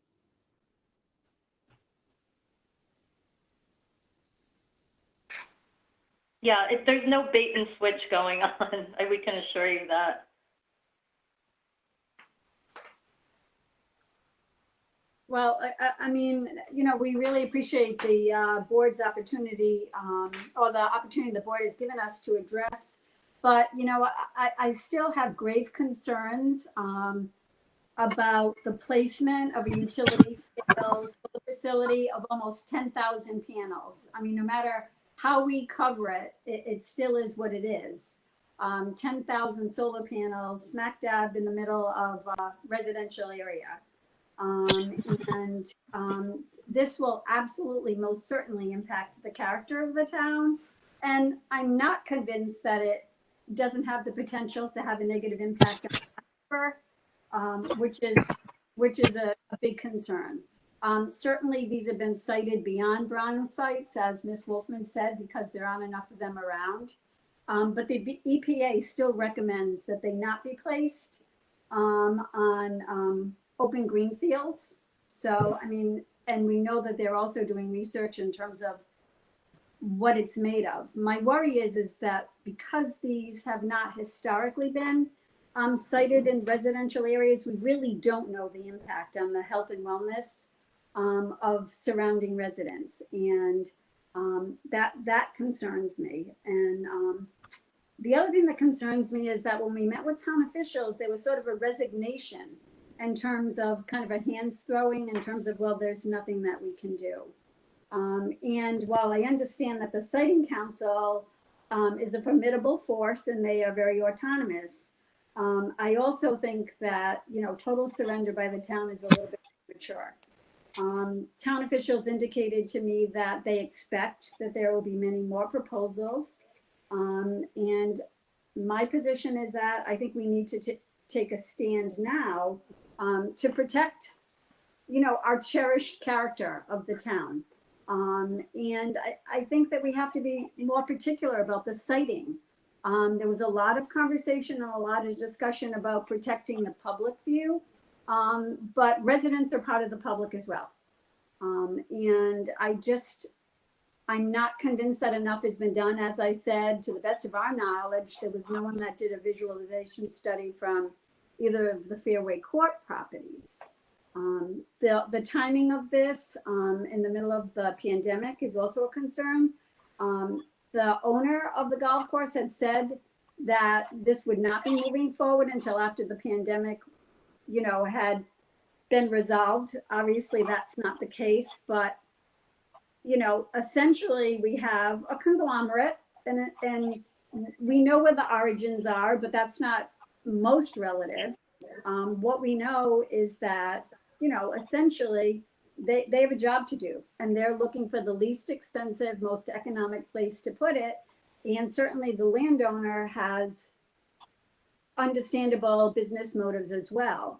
And I would say that at the very least, what we're asking the town to do is request the siting council give an extension so that we have time to answer some of the questions that we have that have been raised during this meeting, and also to really look at what is the visual impact for everybody.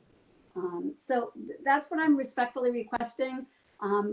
This has all happened within 2 months. And I just don't feel like the citizens of the town of Stonington are really aware of the proliferation of this type of solar facility in our town. And so I would ask respectfully that the town at least ask for a delay by the siting council to act on this. We were discussing, Keith and I were discussing it today, and we're going to try to get an extension.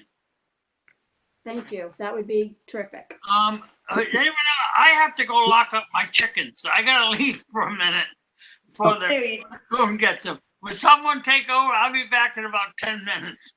Mr. Chairman, this is Carl Carey. I'm also. Ben, you can take over. Thank you. So thank you, Mr. Chairman, and members for the opportunity to speak. My name is Carl Carey, and I live 6 Fairway Court with my wife, Christine, and our teenage daughter, Lauren. And we've enjoyed living in Stonington since 1994. Our daughter Lauren's enrolled in the Stonington school system, so we're pretty well entrenched and really love our community. And as indicated in my letter, I do have great concern about the placement of this solar plant.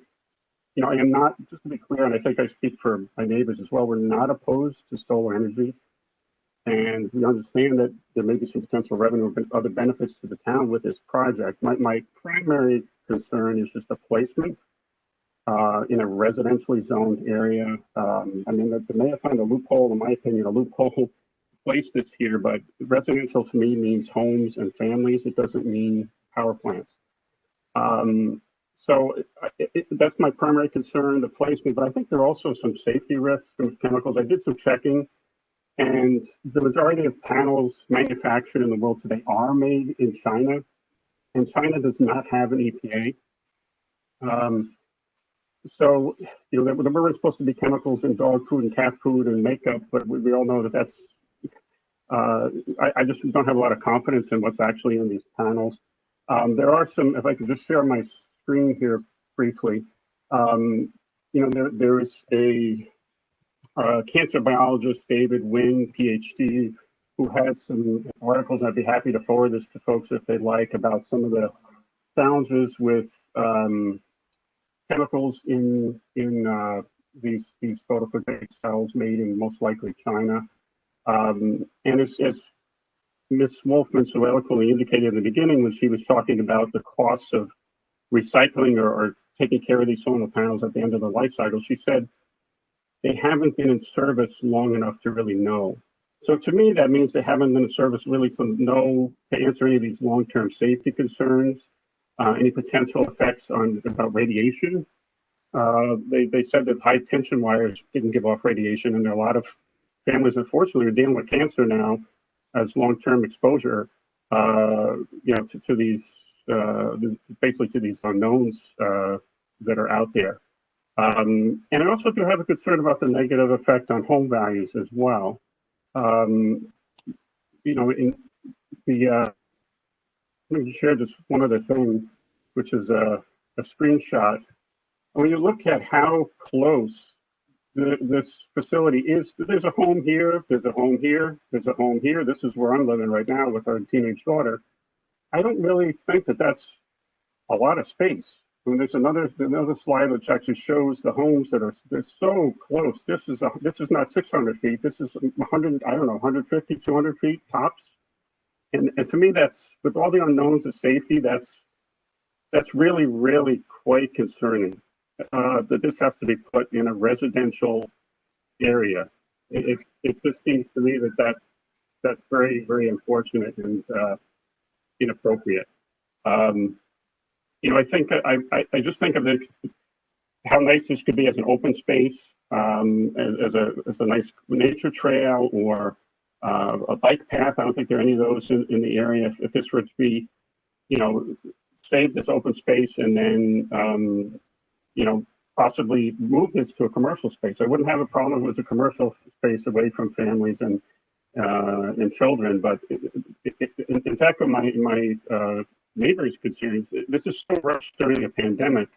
With respect to Mr. Gagnon, Ms. Wolfman, and Mr. Linares, I don't know if they live in Stonington or not, but you know, we're the ones who are going to be living with the consequences of this for the next 20 or more years. So I would just ask, at minimum, to delay this until we can get more information, maybe meet in person, get more answers, and if possible, seek a mutually beneficial solution and put this in a commercially zoned area, really where it belongs. That's my concern. So thank you for allowing us to speak. Thank you, Carl. Is there another citizen ready to have a say? Hi, this is Randy Lee and David Lee. We live at 1 Fairway Court on Pawcatuck. And we've been here since this place was built. I totally agree with what my neighbors have said. I do not want to waste time reiterating, and your time is precious. But I just want to speak also on the fact of the entire area of the lower section was kind of poo-pooed. The miners' properties, they have 5 properties that are very in close proximity to the lower section, and they are all on wells. And they verify that the vernal pools down in that area are significant, very active, and that is why our Stonington Land Trust bought the entire area to the south of that property to protect those vernal pools and the Willowbrook streamlet. So this is something that should not be poo-pooed. It is significant, something that will be permanently affected should something happened with these panels that the company does not realize at this point can happen because they haven't been around long enough. So I just, on their behalf, I wanted to say something. I'm just very concerned that this whole thing can just totally open up Stonington to have more where people don't want to see them. And there will be nothing Stonington can do because they allowed this to happen. Imagine driving down North Main Street, 3 acres there, 10 acres, whatever. I mean, this is Pawcatuck, but trust me, it will happen throughout the rest of the town. So please put in for an extension and let's try to fight this together. We can do this. Thank you. I appreciate your time. Thank you, Randy. Anyone else like to speak up?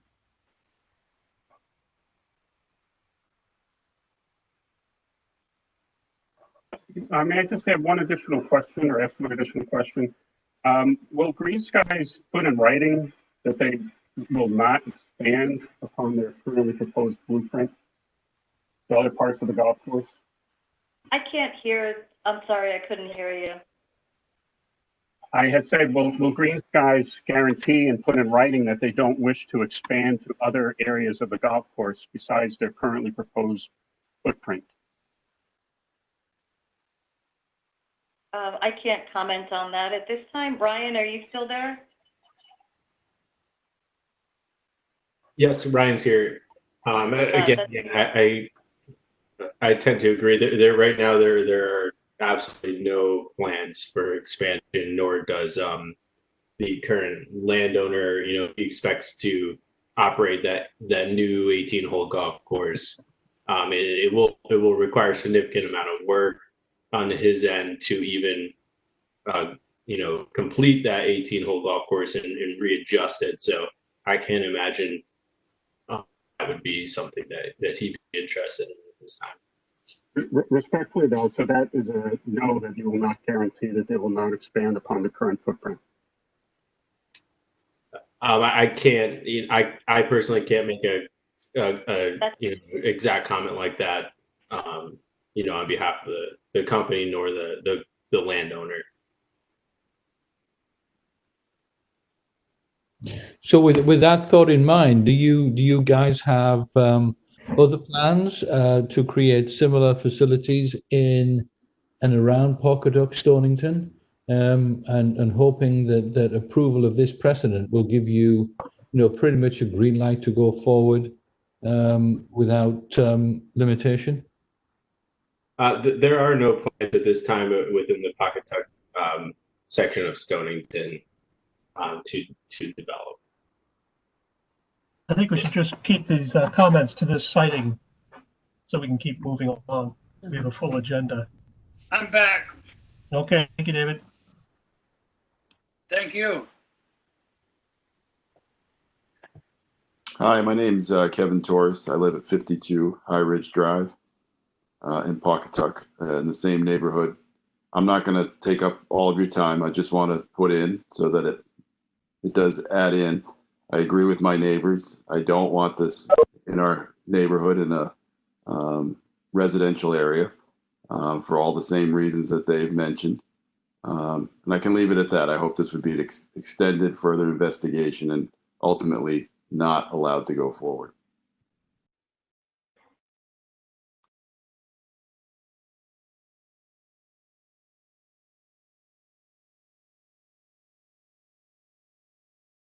Anyone else like to speak? I just have another thing. We do have a petition, and I just wasn't sure, do you guys want to see a copy of it? That can go to the sitting council, not to us. Okay. I mean, it was very hard with the pandemic to have a petition. We had to do it virtual, which a lot of people didn't understand how to do. It's just with COVID and the limitations and not being able to have a lot of meetings, we did what we could. We're just hoping you will work with us. Thank you. Thank you.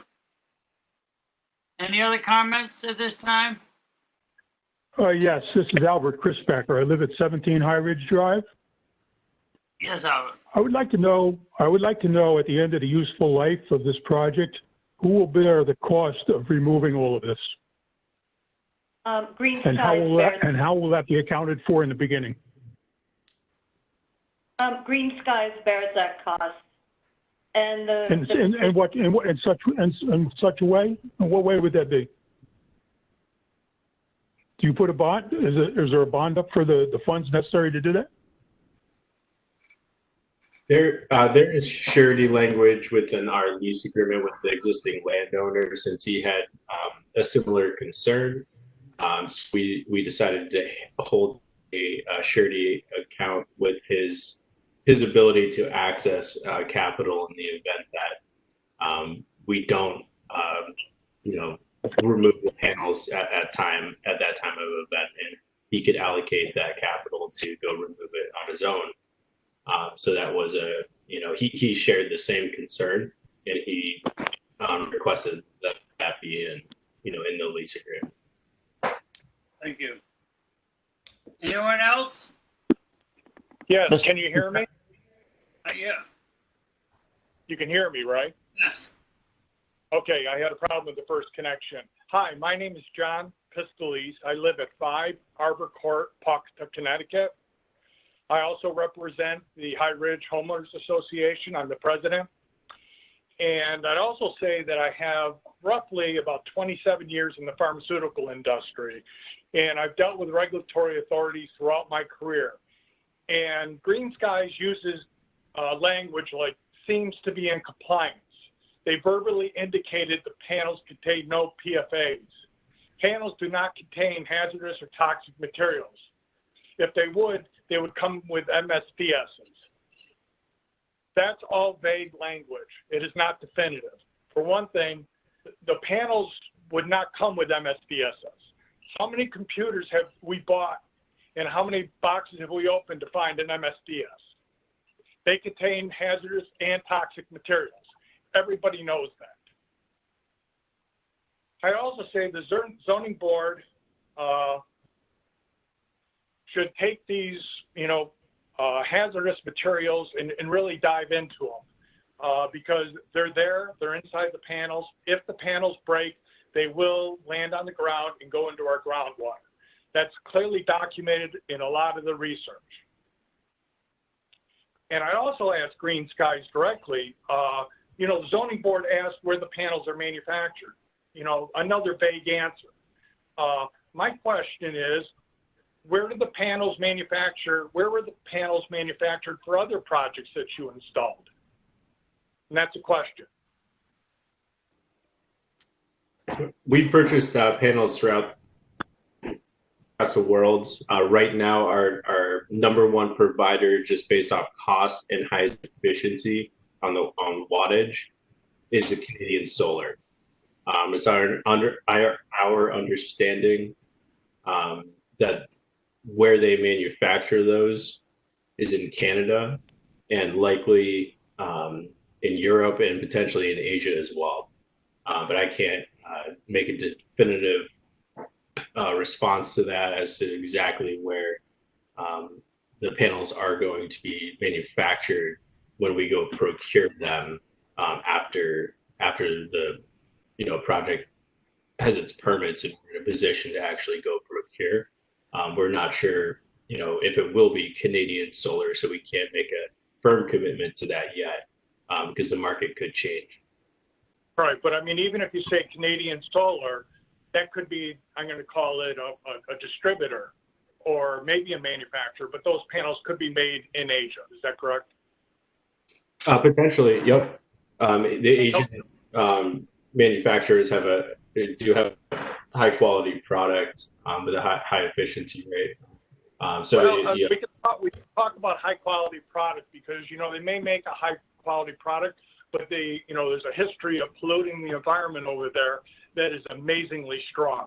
So yes, they'll give you a very cheap product, but they're killing their citizens in doing it. We all know that also. With all due respect, most of what we buy is from overseas and Asia, Well, all our electric and everything in your, Well, I mean, we could buy Tesla panels. Those are made in Buffalo, New York. Right? Well, That's quiet on the phone. I don't know why. I know it is. I'm sorry. we're not, it's not our decision This is that the the recommendation. equipment. Some of this will have to go to the sitting council. We can't answer all these questions. Well, I mean, but they're supposed to be able to answer questions. Okay? Are the panels you all listed? Excuse I can't hear. We've lost you. Are the panels UL listed? Underwriter Laboratories listed.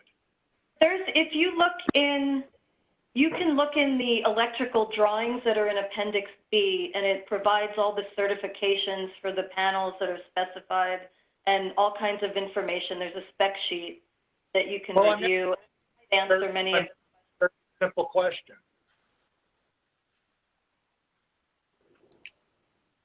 Yes, they are UL listed. Okay. Okay. You say that let me see, PV industry.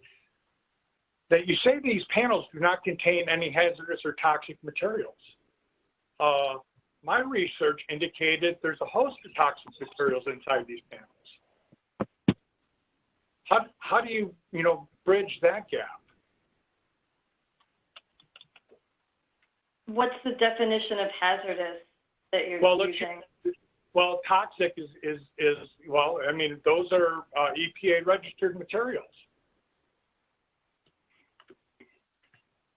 Well, if you put a request in to the siting council, we can come up with a more specific list of the components of the materials. So you actually have the material certification for these panels, or you will have? Yeah, we can do some more research on the type of panel that we would be using. If the siting council asks, you can feel free to comment to the council, and they'll provide comments back to us that we respond to. These should be all answers you have at this point. You're about ready to execute a project. And you've executed projects in the past. This had to come up. No, it hasn't, actually. Then the public is not aware of what's going on in terms of PV technology. And we happen to be aware. These are questions will have to be taken care of in the siting council. Appropriate staff company. We're on the side. I realize this. I'm just here to tell you that there are gaps in this analysis that I think the town of Stonington should be aware of. And those gaps need to be, thought about hard by this committee, and actually a strong letter of recommendation against citing this particular project in our town is required. And again, I wrote a very pinpoint, position paper regarding this. Now we have 115 people on a petition that are opposing this particular project. Those are town residents, people both, affected by this project and people that are not affected by this project. And yes, we don't have 115 people on this particular call, but if this was an open forum and where we could get the public involved, but we can't because of COVID-19, we would have a lot of people, and a lot of people would be very passionate about this particular project, zoning board. And that's all I'd like to say. Okay, thank you. We've tried our best to do it with what we have available to us now. But we do expect you. We hear you. Can you make a commitment? Can you make a commitment that you'll send a letter to the siting council before July 5th and tell them to put the project on hold? I think we're going to ask for an extension. Rather than July 4th. It was only 3 days for us to get a letter together. So we're going to try to get an extension. Yes, we will talk to them. Mr. Chairman. Yes. Mr. Chairman, I'd suggest that we do send. I'm concerned with the significant gaps that we've identified, that we've heard about from the concerned neighbors, and that we write a strong letter and highlight the significant gaps in the analysis. We talk about these issues: the fairway court visual study gap, the water quality issues linked to the potential manufacturing materials in yet to be identified solar panels, potential water quality issues. There are alternatives locations on the site which don't appear to have been explored fully. There are potential vernal pool issues. There are quality issues associated with the location, height of the screening. There are this is located in the heart of a single-family neighborhood. It's incompatible with the surrounding uses, and we need additional time to. And the last thing would be that there probably should be a water quality testing program implemented along with this project if it does move forward. And lastly, that there should be a surety bond in place to guarantee the ultimate removal, and the town should be protected under that surety bond, not necessarily leaseholders. So these things, I think, form the basis of significant gaps in the analysis that we request an extension so that we can work more closely with the applicant to try to resolve them. I think they form the basis of a very hard-hitting letter in request of an extension. Thank you. What are the other members of the commission's feeling? Now, this is Ben. I agree with Chuck's analysis and synopsis. I agree with Chuck too. I think we should, dig a little deeper. Yeah. This is Lynn. I agree. And I also think, the point about the timing of making the decision, I think we need to emphasize that, I don't know what the usual turnaround time for this type of thing is, but it definitely is not appropriate during these times, and we need to have that time as well. Thank you. Keith. Keith, I'm here. Can you get together with Chuck and try to get this letter out and contact him? Is like tomorrow and see what we can do? Sure, we can do that. Is that right with you, Chuck? Absolutely. I've already got this started. I was writing it while we were listening, and while I was speaking to the applicant as well. So I'll work with Keith tomorrow on the letter. Okay, thank you. You bet. And I'll also point out that just this afternoon, I sent the commission the comments we received from our engineering consultant, which mostly dealt with stormwater issues. They had some comments on that. They all seem to be things that could be addressed with either more information or with modifications to the plan, but were enhancements to the stormwater management plans. And these were just sent to the applicants also. Could they be included with our letter? Yeah, we can do that. Great, thank you. Will the commission be copied on this letter that's sent? Yes. Yeah. Okay. So in other words, I will get an email. What is exactly sent? That's right. Yeah, we'll CC all the members or anybody else who's interested. Okay, thank you. I thank you, all the neighbors, and participating tonight. You helped us understand, learned a lot, and we'll work forward to working with you. Keith, this is Lynn. Can I just make one other suggestion, and that is that the letter is posted on the P&Z website so that people can go in and look and see it that way. It's a good idea. Yeah, we can do that. Yeah. Yeah, I think that would be good for people so that they can see that it's been addressed and reference it. We're not ignoring this project, even though we will write a good letter, but that's the best we can do. Just hope for the best.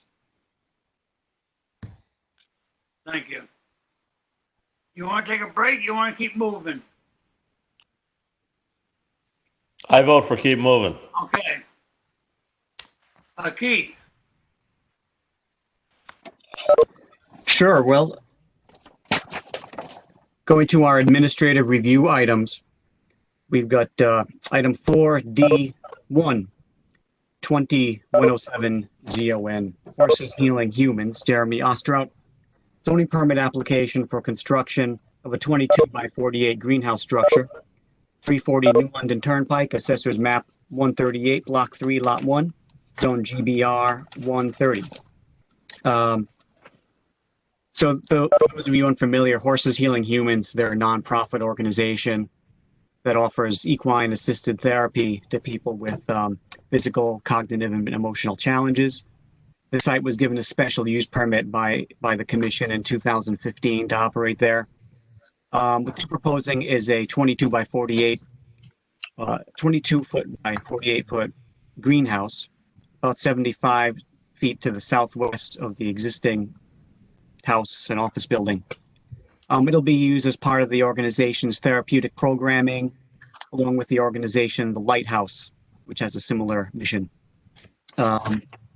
Conforms with the bulk and use requirements of the GBR 130 zone. Greenhouses are specifically allowed as an accessory use in the GBR 130 zone. We received comments from the fire department and Ledge Light that they were okay with the greenhouse there.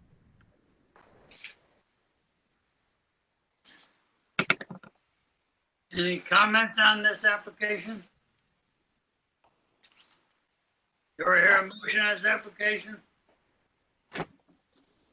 Make a motion to approve the application as submitted. Do I hear a This is second? Lynn, I second. Any discussion? All those in favor? Aye. Aye. Item 5D2, 20118 ZON, AAA Trust LLC, Sherenzia and Associates. Zoning permit application for site modifications and renovation of existing mixed-use building, including the addition of upper story dormers and a rear deck. Property located at 44 Williams Ave, Mystic, Assessor's Map 161, Block 17, Lot 9, Zone LS5.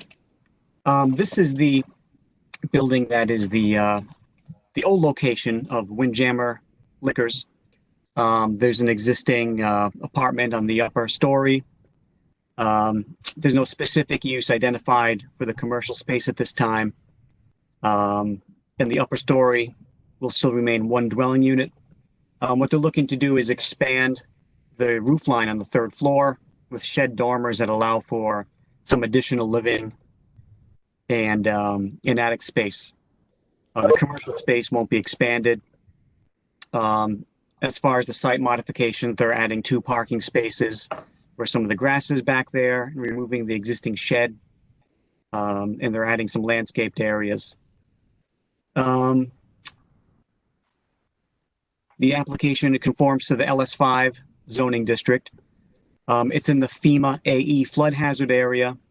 Plans and cost estimates have been reviewed by the town's floodplain manager and building official and appear not to trigger substantial improvement. When they apply for a building permit, that'll also be reviewed in greater detail by the building official. And the recommended stipulation here is that building improvements shall conform to all relevant flood hazard requirements. The application's engineer and architect are on the call if you have any specific questions for them. I have a question, Mr. Chair. This is Ben. Keith, I'm confused. Is this expanding the second floor apartment or making a second apartment? It is only expanding the area of the existing apartment. Thank you. So there's no additional apartment. Okay, thank you very much. Any other questions? Do I hear a motion on this application? Move we approve the application. Sorry. Oh, sorry. I couldn't get my mic off mute fast enough. You know, can somebody throw up the rendering? I just am having trouble with my screens. So was there an architectural rendering of the dormer? Yeah, It's in the package. there it is. Yeah, I was just having trouble bringing it up. There it is. Okay, thank you. Any other questions? I have a motion on this. Do I have a second? Mr. Chairman, move we approve the application at AAA Trust LLC, Sharenzi and Associates, subject to the condition that Keith enumerated earlier. Do I hear a second? I heard a second somewhere. I'll second that. Any more discussion? All those in favor? Aye. Aye. Aye. Opposed? Aye. All right, so under old business, item 6A is PZ 2006 SD and GPP, D6 Realty LLC, Arthur Hayward subdivision and groundwater protection permit applications for a free split and subdivision of 1.13 acre lot. Property located at 3 Country Lane, Pawcatuck, Assessor's Map 21, Block 1, Lot 3, Zone RA 20. Mr. Hayward is here as part of this, and I'm going to try to put the plan on the screen.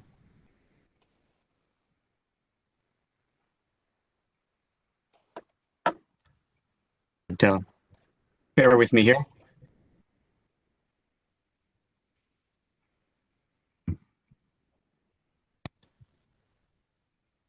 All we get is gardener. I'm here.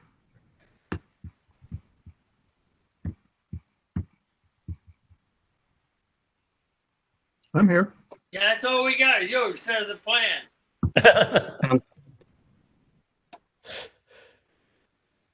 I'll mute myself. Does that help?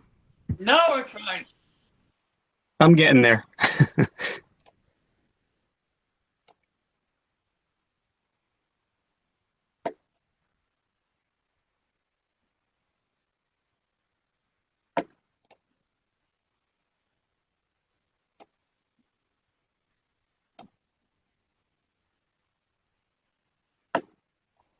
Okay. Got it, Keith. All right, you can see that? Yeah.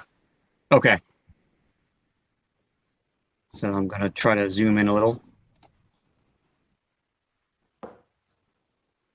This is harder than it looks when other people do it.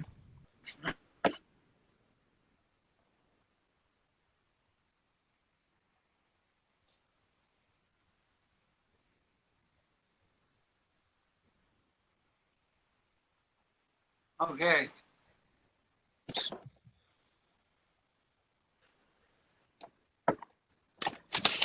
And Art, are you there? I am. Were you able to hear me? Yes. Yes. Good. I'm going to keep this brief. You had a long night already. So the summary in your file says I have a copy of it from prepared by planning staff.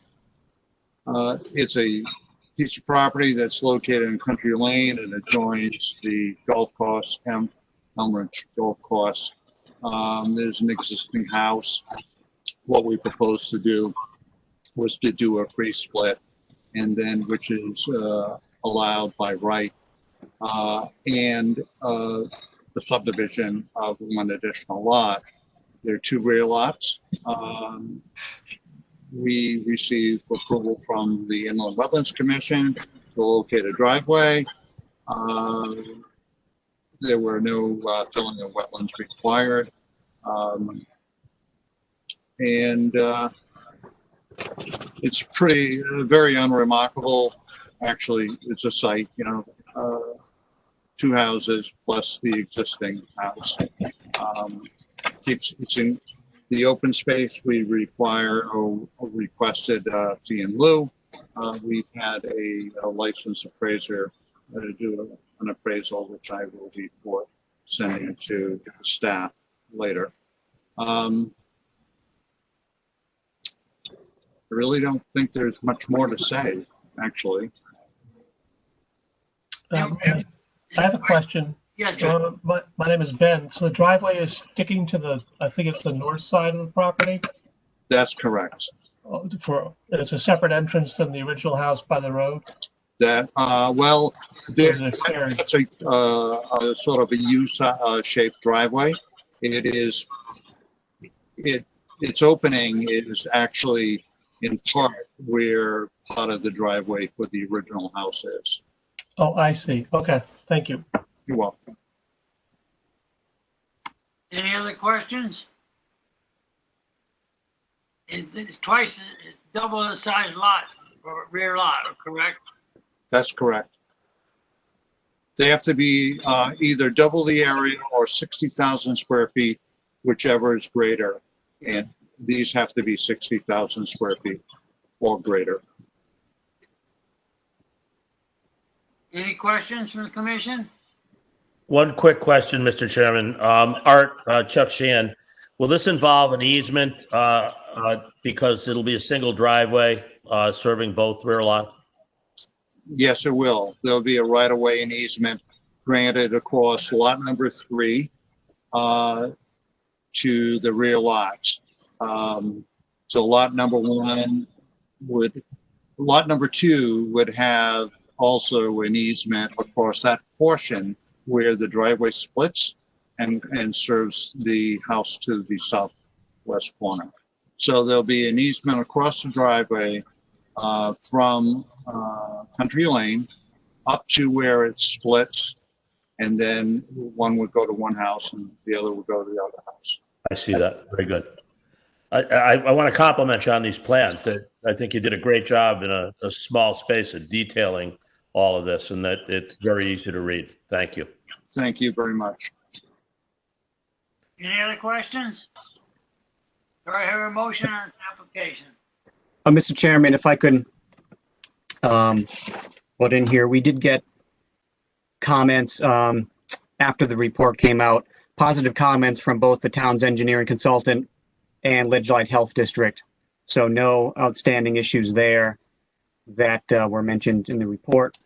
The decisions here, there's also a decision for the subdivision waivers requested, and those are for, I believe, sidewalks along the frontage, which would not make sense here. And also for submission of a drainage report, which is something that our engineering consultant didn't feel was necessary in his review.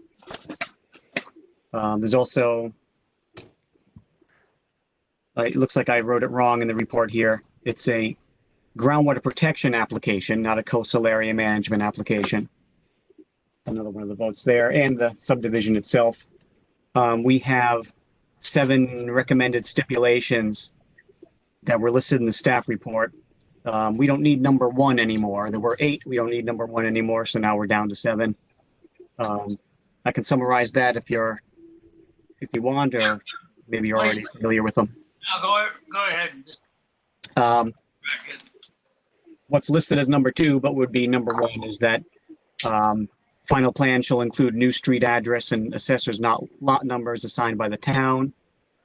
Number 3 is the standard language about giving the town either the AutoCAD files to update the tax maps or a fee in lieu of that.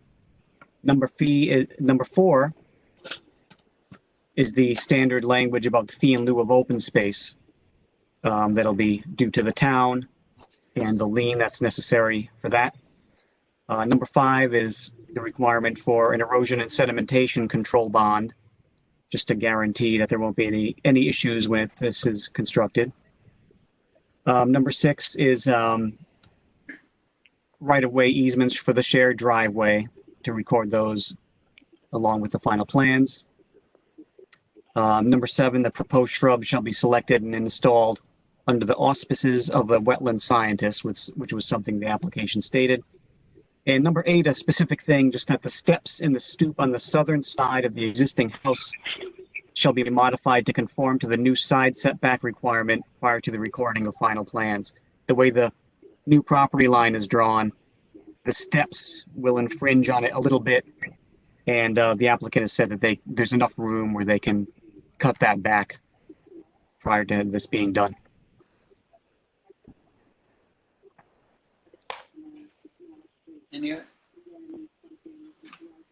So I have a motion on this application.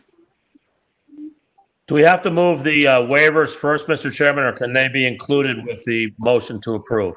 They can all be included. Okay, so I move the approval of PZ 2006 SD to include the 7 stipulations and the sidewalk and submission of drainage report waivers, all as fully described by Keith. Do I hear a second? Second. Discussion? All those in favor? Aye. Aye. Aye. Aye. Opposed? Ayes have it. Okay. Thank you for waiting, Arthur. Thank you very much. Quite entertaining. Good night. Good night, Art. Okay, so the next item in old business is PZ 2010 CAM, Frank and Victoria Corey, Ed Winkie, Coastal Area Management Site Plan Review Application to accompany future zoning permit application for the demolition of a single-family residence and the construction of a new single-family residence with on-site septic system. Property located at 18 Rosalie Drive, Mystic, Assessors Map 175, Block 1, Lot 32. I believe that Attorney Ladwig is here representing this application. I'm here, Keith. Can you hear me? Yep. I'm sitting in for Ed Winkie tonight, representing Frank and Victoria Corey. My picture was up earlier, but it disappeared, and I don't know how to bring it back. That's okay. You don't need to see my necktie anyway. We received a variance on this property earlier this year. It's located in the MC80 zone where commercial water-dependent uses are allowed and also permits single-family residences. The existing A-frame house is not conforming. The variance makes it conforming with the bulk and use in that zone. Actually, it's in the RH10 zone because the lot was pre-existing.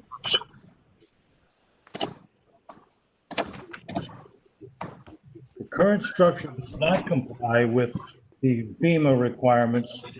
The variance allows there it is. Thank you, Keith.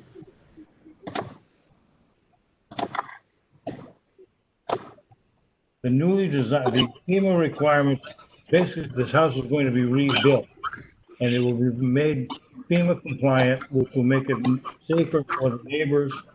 And the newly designed on-site septic plan has been approved by the Legislative Health District, which will also increase, the safety and the health and safety in that neighborhood on Rosalie Drive. Potential use is in accordance with the Plan of Conservation and Development. The upgraded structure is in conformity with the characteristics of the neighborhood. We received the CAM approval from the Zoning Board of Appeals, and we're asking the Planning and Zoning Commission tonight also approve our CAM application. Any questions on this application? This isn't too far from the sewer plant. They don't have sewers? No sewers, Mr. Chairman, no. We had to design an on-site plan, which Mr. Winkie did, because for a variety of reasons, the moratorium in Mystic is still in existence. The diversion of the sewer from Mystic to Stonington is in the works, but not done. It would be not the sewer available, but there is no current plan for an available sewer, so they designed an on-site septic system and approved the legislature.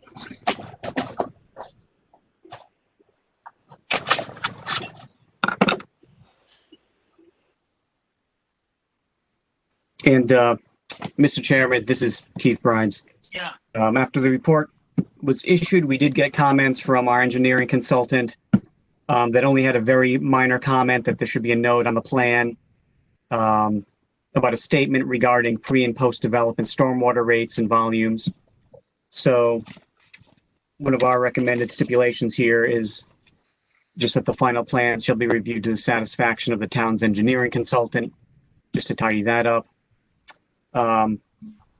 Two other recommendations were just final plan shall include the reference to the approved variance, and final plan shall show erosion and sedimentation control measures. This was reviewed by the town's floodplain management consultant, who had one minor comment that was addressed by the engineer. Was okayed by Ledgelight. And comments are in the report from DEP that were issued along with their CAM application for the variance stage. They have to apply for a CAM application twice as part of this. Keith, one quick question, Chuck Sheehan. The retaining wall on the, looks like the north side, can't really tell from this sketch, but the right-hand side looking at the face of the house. The retaining wall complies with our requirements of not being higher than 3 feet, at least my quick look at it. It's 2.5 feet tall. It all meets that criteria. Right, yeah. It looks like they kept it under 3. Okay, good. No more questions from me. And the applicant agrees with all of the staff stipulations. Any other questions? Do I hear a motion on this application?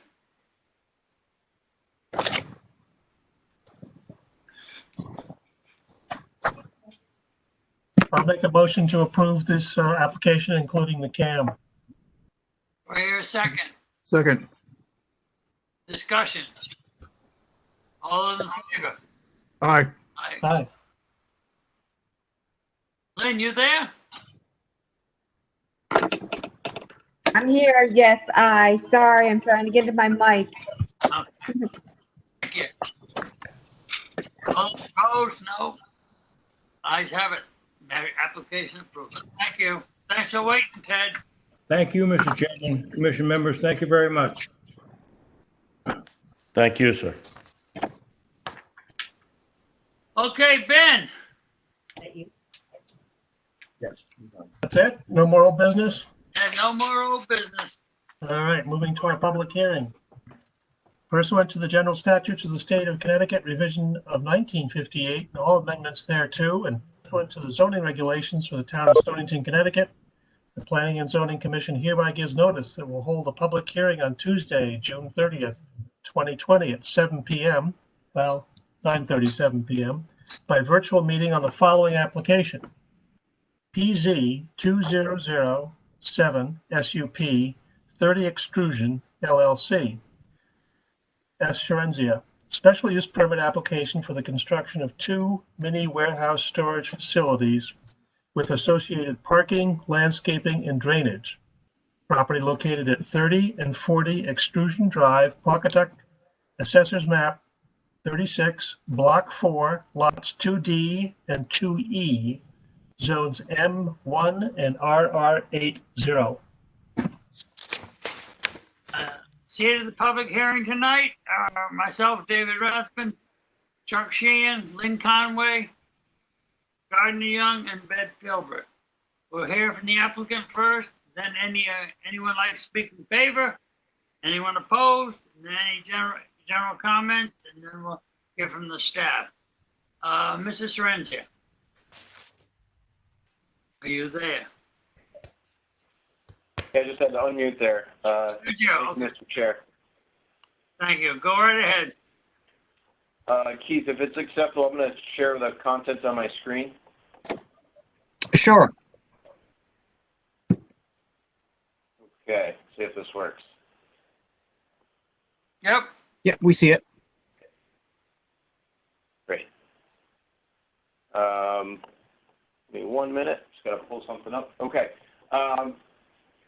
For the record, Sergio Sharenzia. I'm a registered professional engineer in the state of Connecticut. I'm here on behalf of the applicant, 30 Extrusion Drive, LLC. The plans before you this evening were prepared, the land survey and site civil plans that are before you this evening were prepared by my office under my responsible charge. And our offices are located at 99 Mechanic Street in Pawcatuck, Trenzia & Associates. I am the president and principal of Trenzia and Associates.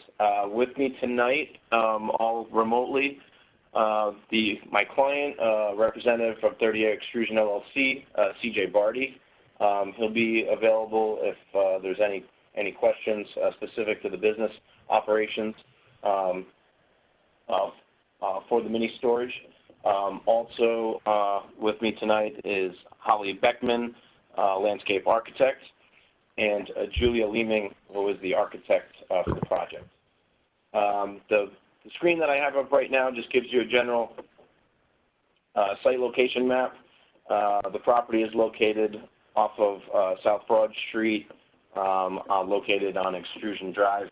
There's actually two properties, one that's already been developed with storage, and then a second that is subject more or less to this application, which is an addition onto the storage facility. I'll go right to our site plan. You can see in the gray area on the property that has already been developed, which was approved by this commission, including the Wetlands Commission and Architecture Review Board, and has been constructed an existing storage facility consisting of 5 buildings. The one up in front is a climate-controlled structure. The 4 remaining buildings are all drive-up units. There's access off of Extrusion Drive, a driveway that runs into the site. It's all gated. As you drive in past the first building, the surface becomes a crushed stone gravel surface, which was approved by the Wetlands Commission and your commission. You loop around these buildings. You can go in between them all the way to the rear. It's completely fenced right now. And then as you return, there's an exit, one way in pretty much and one way out, with stormwater at the front, stormwater management at the front and along the sides. As you can see, there's in the blue line is the wetlands that are on the perimeter of this property and the one slated for development. So the proposed storage facility, which will be added, it's simply an addition to this to the existing facility, occupies 1.9 acres of a 12.2 acre site. If I may, let's see. Here's an aerial that shows the existing facility. You can see the wetlands in the back, and let me see if I can pull up my existing conditions plan. So this is the survey plan. You can see that this property runs way into the back. There's an area that's actually in this area in gray is a non-developable area. We are developing, the only a small portion of this actually much larger site. So I'll go back to the grading plan. So the portion that's subject to this application, we're going to be extinguishing this lot line between the two properties, essentially eliminating any setbacks in the middle of the property. And then we're adding one 14,400 square foot footprint building, that's building 2, and building number 1, 17,920 square feet. The buildings more or less line up with the buildings next door, maintaining the aisles in between. I believe we got about 30 feet separation between the buildings, between 24 and I believe 30 feet for the access drives. As I mentioned, we have crushed stone. This hatched area is a crushed stone surface, which is much better for stormwater drainage to allow for some infiltration, especially being so close to the wetlands. All of the impervious area is going to be handled with these stormwater basins in the front.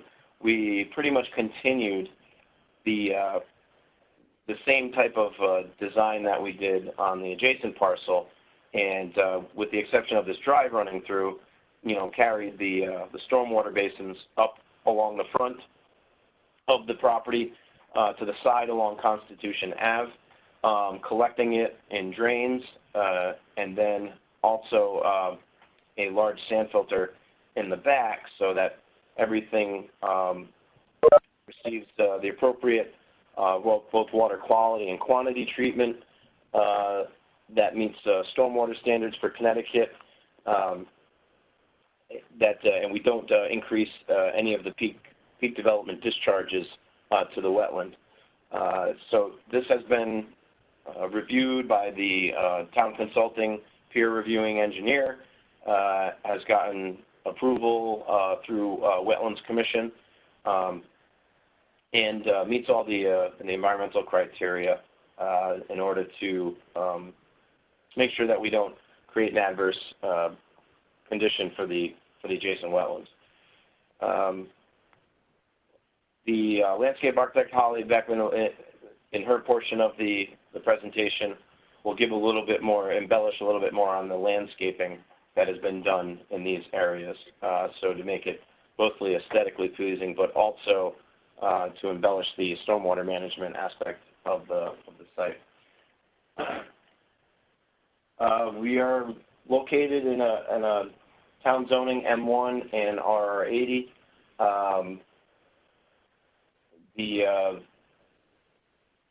The RR80 zone is located on the western side of the property. It's not located in any groundwater protection areas, and the properties on Extrusion and Constitution consist of varying manufacturing uses, such as Davis Standard across the street and the bus depot on the other side of Constitution Drive.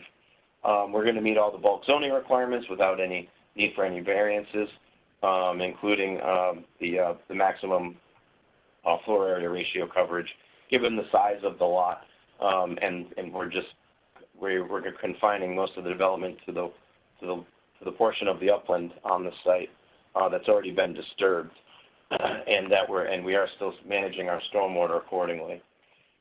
We are within a Zone X, 0.2% annual chance of flood hazard, areas of less than 1% annual chance of flood. So we're not in any. We are in that portion of the lot is not in a flood hazard area. There is a small portion of the property within a special flood hazard area, Zone AE, with a base flood elevation between 16 and 17. As you can see, I can zoom in on the site. We are bringing up the elevation of this site up to elevation 22, more or less, and so it's not going to have any adverse. There won't be any adverse condition with respect to the flood hazard. As far as water utilities, we're going to be supplied with Town of Westerly water, just the same as the existing structures. There'll be also gas service for heating of the units, and the sanitary. There's also building sewer, but these buildings don't require they'll utilize the existing office, which is in this building, which has a bathroom, which is not readily used by the public. It's just required for the office. So the one office already has sewer. We will not need to connect sewer to either of these buildings, and any water service we can connect, I believe, either in between or from the street, with the utilities readily available. Sergio, is it sprinkled?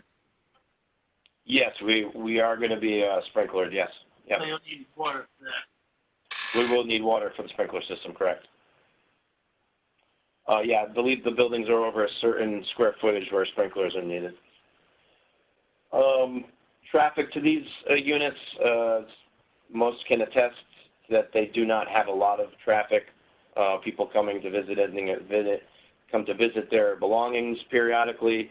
But once people bring stuff there, they kind of leave it. It's there for storage and come back when they need it. So very low traffic use as compared to many, many other uses that could be on this site. And we have all the adequate parking spaces for the zoning requirement. That pretty much covers majority of my presentation. If it pleases the commission, I can let my team members go through their presentations before questions, or I can entertain questions now. Any questions now? Yes. Go right ahead, the next member.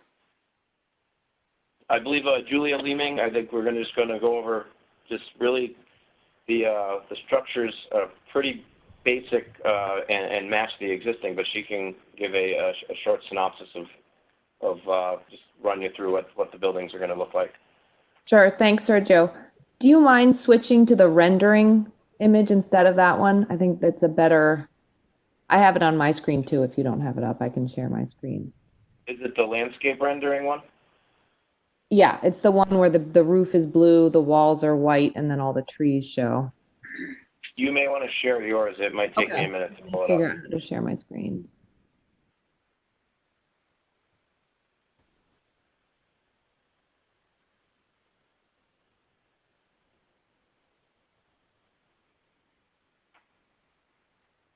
Okay, are you seeing my screen now? Yes. Okay, great. So let me zoom in and just show you. One sec. Use my fingers. Okay, so I'm just going to show you the existing buildings because I think that's the best way to describe the proposed building. So the building that you're seeing right here is building 1 on the existing site, and this is it from Extrusion Drive. And for the proposed buildings 1 and 2 really is just an extension of this existing building vocabulary. So the walls, the buildings are manufactured by Tracti, a self-storage building system manufacturer. And we propose to use the exact same color for the metal panel walls, which they call slate gray, and harbor blue for the roof. Both buildings are single story, like the building that you're seeing here. They'll have the same eave low point, which is 9'4", the same roof pitch, which is a 3 to 12 pitch. And our 2 buildings are both climate controlled, which means they won't have exposed doors on the exterior. There's a few doors for people to come in and out, but they're not drive-up units, so you don't have lots of garage doors visible. They are sprinklered, and honestly, I think that sums it up. I think Holly's done a really beautiful job of proposing landscaping that will nuance the building elevations from the street side, but the idea is to take the vocabulary from the first phase, bring it over to the second phase, and really make the whole thing feel like it was one thought, one complex, and that everything complements the existing facility. Just, I have a question. So you enter into the buildings like at the end, and then inside are segmented Exactly. units, sort of Exactly. like lodges. They're hallways, exactly. So you enter through a threshold, a doorway, and then there are a series of internal hallways, and those hallways have roll-up doors on them to access your climate control unit. So it's sort of like an inside garage then. Exactly. Yeah. Okay. Exactly. Okay, so I can stop sharing if I can figure out how. Stop sharing. And then, Holly, do you want to take it over? Mike. Okay, hi. Sergio, is it possible for you to put up the lens? Oh, here it is. Okay, great. I just shared it for you, Holly. Thank you. So I just would like to start off. I'm Holly Beckman, by the way. And thank you, Julia. I'd like to start off just saying that we meet and exceed, you know, all the requirements, zoning requirements. And I'll just start off with saying that, you know, I think Sergio went over that we have 17 parking spaces. And so the landscape requirements are that we have landscaped area of 340 square feet. Well, we meet and exceed that many times over, as you can see on the plan. And that the shade trees, we have 1 in 10 spaces. We have 17 spaces. We have proposed 2. Shade tree requirements was 1 per 40 feet. And that gives us 7 trees that are required, and we are proposing actually 9. We have on the site 12 trees that we're proposing along the building frontage and the street frontage. So anyway, we meet and exceed all the requirements. And I would like to start off, if I may, with starting at the northwest side, and that would be where the existing buildings are. And we have an existing ornamental steel fence. And from that we're going to extend that, and that's a gate system that they use to get in and out. And that's on the existing, at that point, asphalt drive. It's just a small section of asphalt drive as you come in. But for the landscape of the building that Julia had shown, there's an infiltration system there. And so we're proposing, you know, some birch trees and some seasonal plantings, seasonal interest plantings that will sort of camouflage, but camouflage the infiltration, actually make it work a little bit more efficiently, and sort of soften the building as well. And those are, we're proposing native plantings along there. And that's on Extrusion Drive that you'll see. And as we come along the south side, we continue that theme along the infiltration area until we get to the rear side of Building 1. And that is, we have a fence, and that's where our fencing continues, or picks up, and it ties into that Building 1, and then follows the parking area heading, as you can see, heading south, and eventually ties in on the back side of the gravel driveway. And that's the, the fence ties into the existing fence on the other side.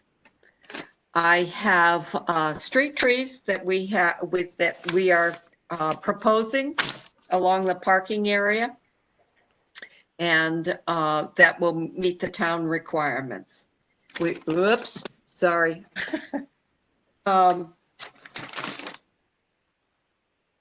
As we come around the corner, you'll see the proposed sand filter and the sedimentary forebay. We are proposing conservation seed in there and slope seed mixes in that area, so that is not mowed, but will become more naturalized looking. We are also providing some vegetation where there's a sort of an outfall area. And so we're proposing native plantings in that area as well. So, and those would be wetland variety plants. The fencing will be 8 feet tall and metal ornamental, and it matches what is on the abutting site. I think, and then we tie right back into the existing site. So it complements the abutting storage facility. We have, as I said, natives. The plantings for the most part are drought tolerant. It takes a couple of years for them to get settled in, but they're drought tolerant, and certainly we're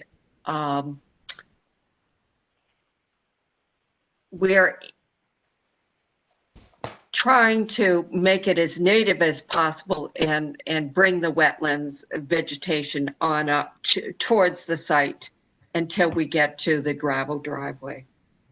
I think the maintenance on this will be a maintenance manual will be provided so that the town can be assured that they'll maintain this.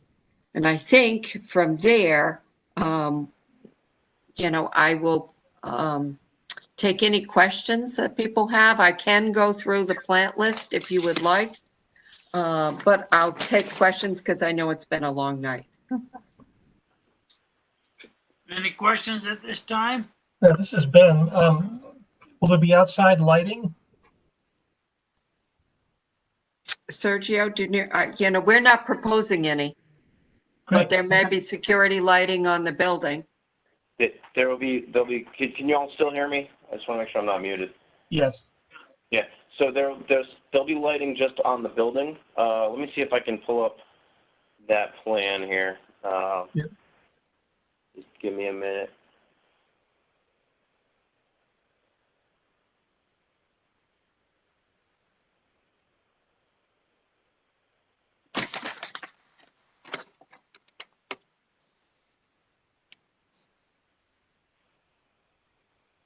This is Lynn. While bringing up the plan, is there any proposed change to the signage? This is CJ, one of the partners. Yeah, there will be no additional signage. We're leaving everything as is. Thank you. And as for the lighting, I think I don't know if Sergio's been able to pull it up yet because I'm not able to access the online right now. But the plan is to have just a few downward facing lights on the actual buildings. There's some pole lights out on the site today, the existing site. Some of the pole lights that separate 30 and 40 extrusion are actually going to be removed, and they will not be replaced. So no new pole lights will go up. Whatever existing pole lights are on the 30 extrusion site, which at the end of the day will be on the right side of the property, and there's a couple in the back. Those will remain on the new development, but no new pole lights will be put up. Thank you very much. A plan that shows the location of the lights. There's these all along the building. Look at it on the layout plan. And also, I'll just offer up, I think they see my screen still. This is the photometric plan. And for those of you who are familiar with photometric plans, all these little spots are the light shed. And you'll notice that there are zeros at the property line and towards the wetland, as well as towards the street. So that identifies that these are the foot candles. And it identifies that we're only lighting enough area just around the building, mostly for safety and for security purposes. Great. Thank you very much. Thank you. Yeah, when I remember this application from the original building, and wasn't there something about the timing of the lighting being on and off as well? Lighting today goes on at, pardon me, lighting today goes on at dusk and shuts off as the sun is coming up. Industry, from the research we did before we did this first phase, industry practice is to have lights on the building, just a small amount of downward facing light on the building, simply because if you have a storage facility or anything with valuables inside and it's completely black outside, you're welcoming a problem at some point. Security, right. Yeah. Yeah. So we've done a minimal amount inside the buildings. They're on sensors, which the minute you open the door, they go off. But the security cameras, it's just about every single angle around a light on the site as well. Okay. So my other question had to do, Julia, with your presentation on the landscaping. And the pictures that you showed of the current buildings. So those bushes look pretty small to me. What's the size of the plantings that you plan on putting around, whether they're bushes or trees? What's the size, please? Oh, I think you're posing that to Holly. Oh, I'm sorry. No, that's okay. That's all right. I'm just, we have varying sizes, but the trees are 2 to 2.5 to 3 inch caliber, the street trees. And there are some birches that are 10 to 12 feet tall. Those along the front of the building. And there's a pine 7 to 8 feet. The shrubs themselves are they're number 3s, which is around 2 to 2.5 feet tall for shrubs. There are some perennials in there as well. Yeah. I just think that what you've got there now, right? And I think the facility's been in for about 2 years, right? They're off with 3 years. 3 years in April. Oh, thank you. 3 years. They're awful small. They're kind of almost non-existent 3 years later. Yeah. We lost. So the original, we had a problem with some of the plantings. So the original plantings were obviously done in March, April of 2017. Those plantings, I got to be honest with you, 2 years later, it was a disaster. So a lot of them we ripped up, we replaced them. We were already, the plans were already in motion to work on this second phase. So the higher level idea was put something simple in now that's going to grow a little bit and not just be plain grass. And then when we do this second phase here, is to substantially upgrade all the plantings when we do the second phase, so it just doesn't look awkward at this next phase. Okay, thanks. Thanks for that background.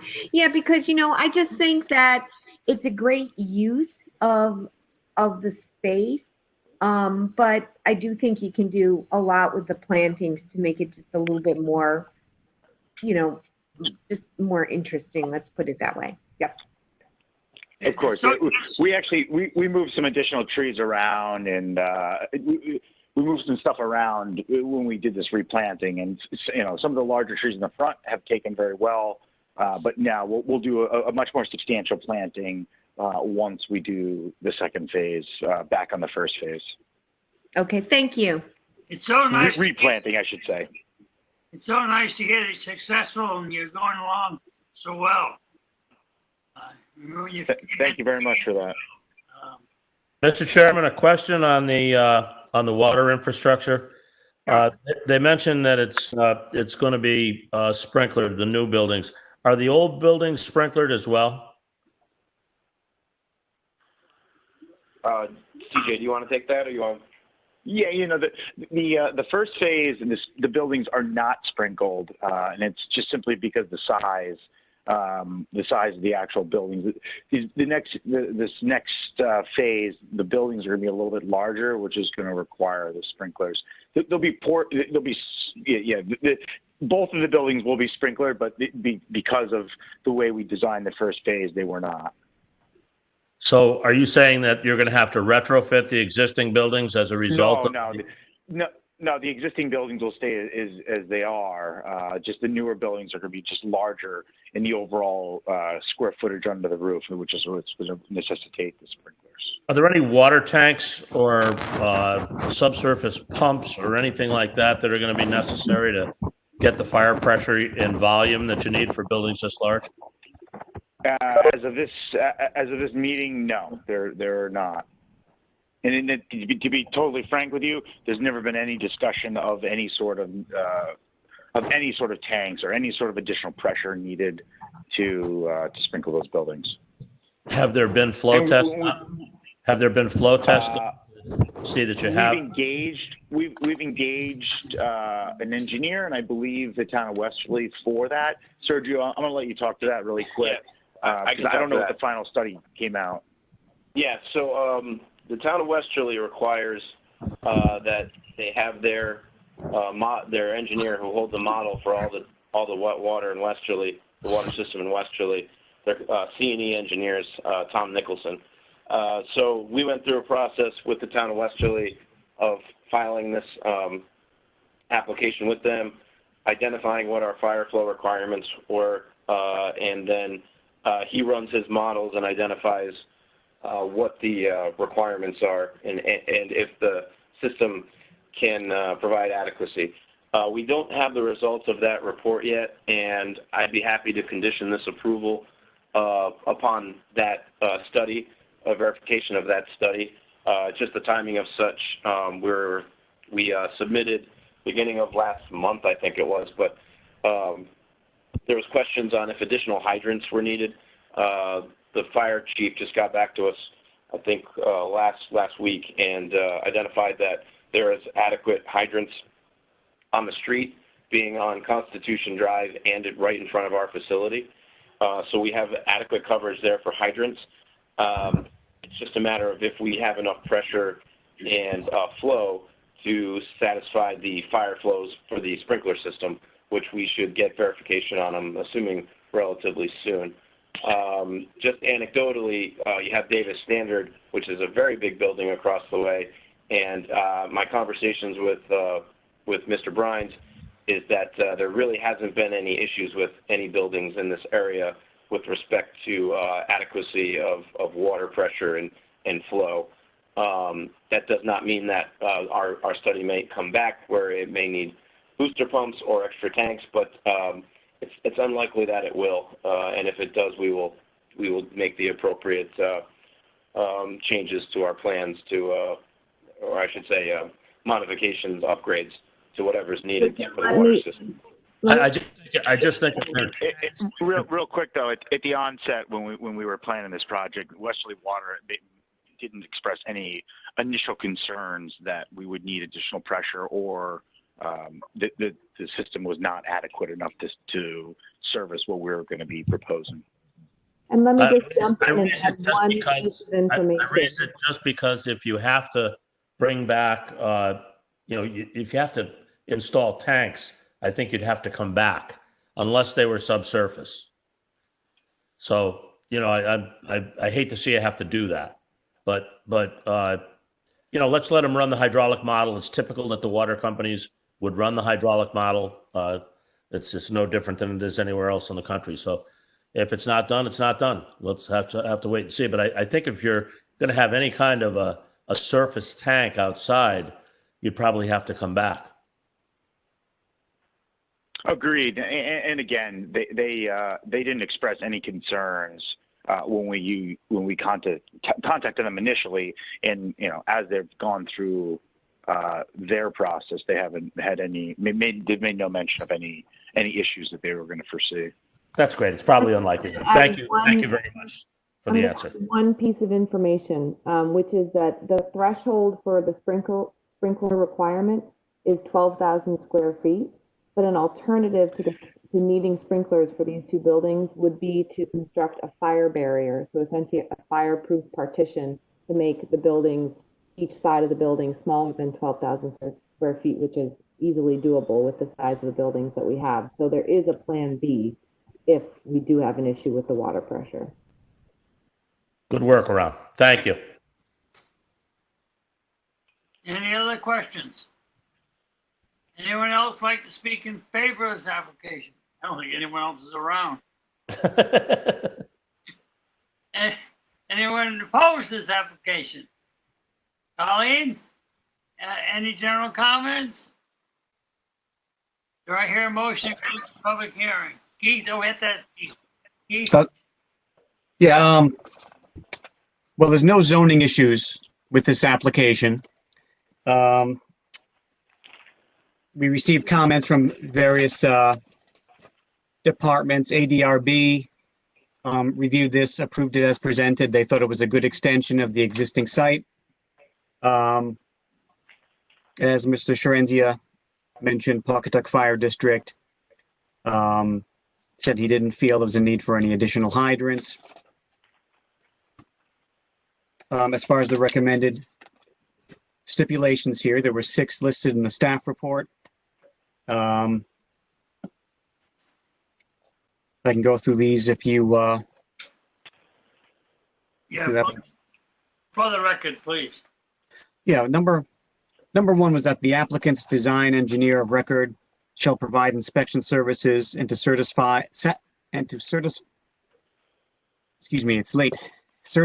to the construction of all stormwater management systems to ensure compliance with design specifications. Certifications shall include but not be limited to system bottom inspection, material specifications and testing, system installation prior to backfill, and outlet structure construction. In addition to inspection services, as-built conditions of the drainage system shall also be provided to the Department of Planning prior to the issuance of a certificate of zoning compliance. Number 2, the property owner is responsible for yearly required maintenance of stormwater infrastructure as specified on the plans and maintenance checklist. The stormwater maintenance checklist shall be recorded along with the final plans. Number 3 is the standard language for requiring an erosion and sedimentation control bond. Number 4, the stormwater management system shall be installed and established prior to the issuance of any zoning permits for building construction. Number 5, the DEP general stormwater permit shall be obtained prior to the issuance of any zoning permits. Number 6, prior to the issuance of any zoning permits, final plans shall be signed by the commission and recorded, and lots shall be formally combined. I would add a number 7, just judging on the conversation, which was that planting shall be reestablished at 30 Extrusion Drive according to the previously approved plans. And the votes before you here are just the decision on the waivers requested and the special use permit itself. All right, thank you, Keith. Do I hear a motion to close the public hearing? So moved. Do I hear a second?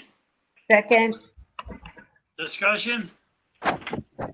Mr. Chairman, I suggest we add a condition number 8, which would be that the hydraulic model by the water district and fire suppression plan be finalized, either the structural modification or the hydraulic modification be selected, but that it be a number 8. We'll get back to when we get to the motions. We got to close the public hearing first. Do I hear a motion? So moved. I will close the public hearing. Aye. Aye. Opposed? Now do I hear a motion on the application? Mr. Chairman, I move we approve application PZ 2007, special use permit for 30 Extrusion LLC, subject to the 7 conditions that Keith mentioned, to include the waivers, and also to add a condition number 8 that fire suppression plans be finalized to include either the structural option mentioned by the architect or the hydraulic model option mentioned by Mr. Sharenzia. Do I hear a second? Second. Any discussion? All those in favor? Aye. Aye. Opposed? Ayes have it. Do I hear a motion to adjourn? Yes, you do. Second. Thank you, Mr. Chair. Thank you. Thank you, Mr. Transier.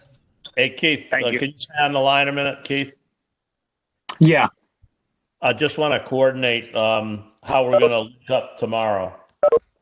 Thank you, everybody. Sure, I'll be here all day. I'll be there in the office all day tomorrow. Okay. Are we better off doing some sort of you want me to take a shot at a letter and fire it off to you? And we can coordinate it, by exchanging emails, or do you want to try to get together? Yeah, I think that's a good idea. If you've already got a draft started, and we'll see if we need to get together on it. Sounds good. I'll fire something off to you early. I'm going to be in the field with a bunch of different things tomorrow, so I'll be available, electronically to coordinate with you. But I'll get something to you by, let's say, 9:30 tomorrow morning, and we can coordinate electronically on the final copy. Okay. Well, that sounds great. Okay, bud. Thanks. Thank you. Good night, everybody. For drafting it. Good night. No problem.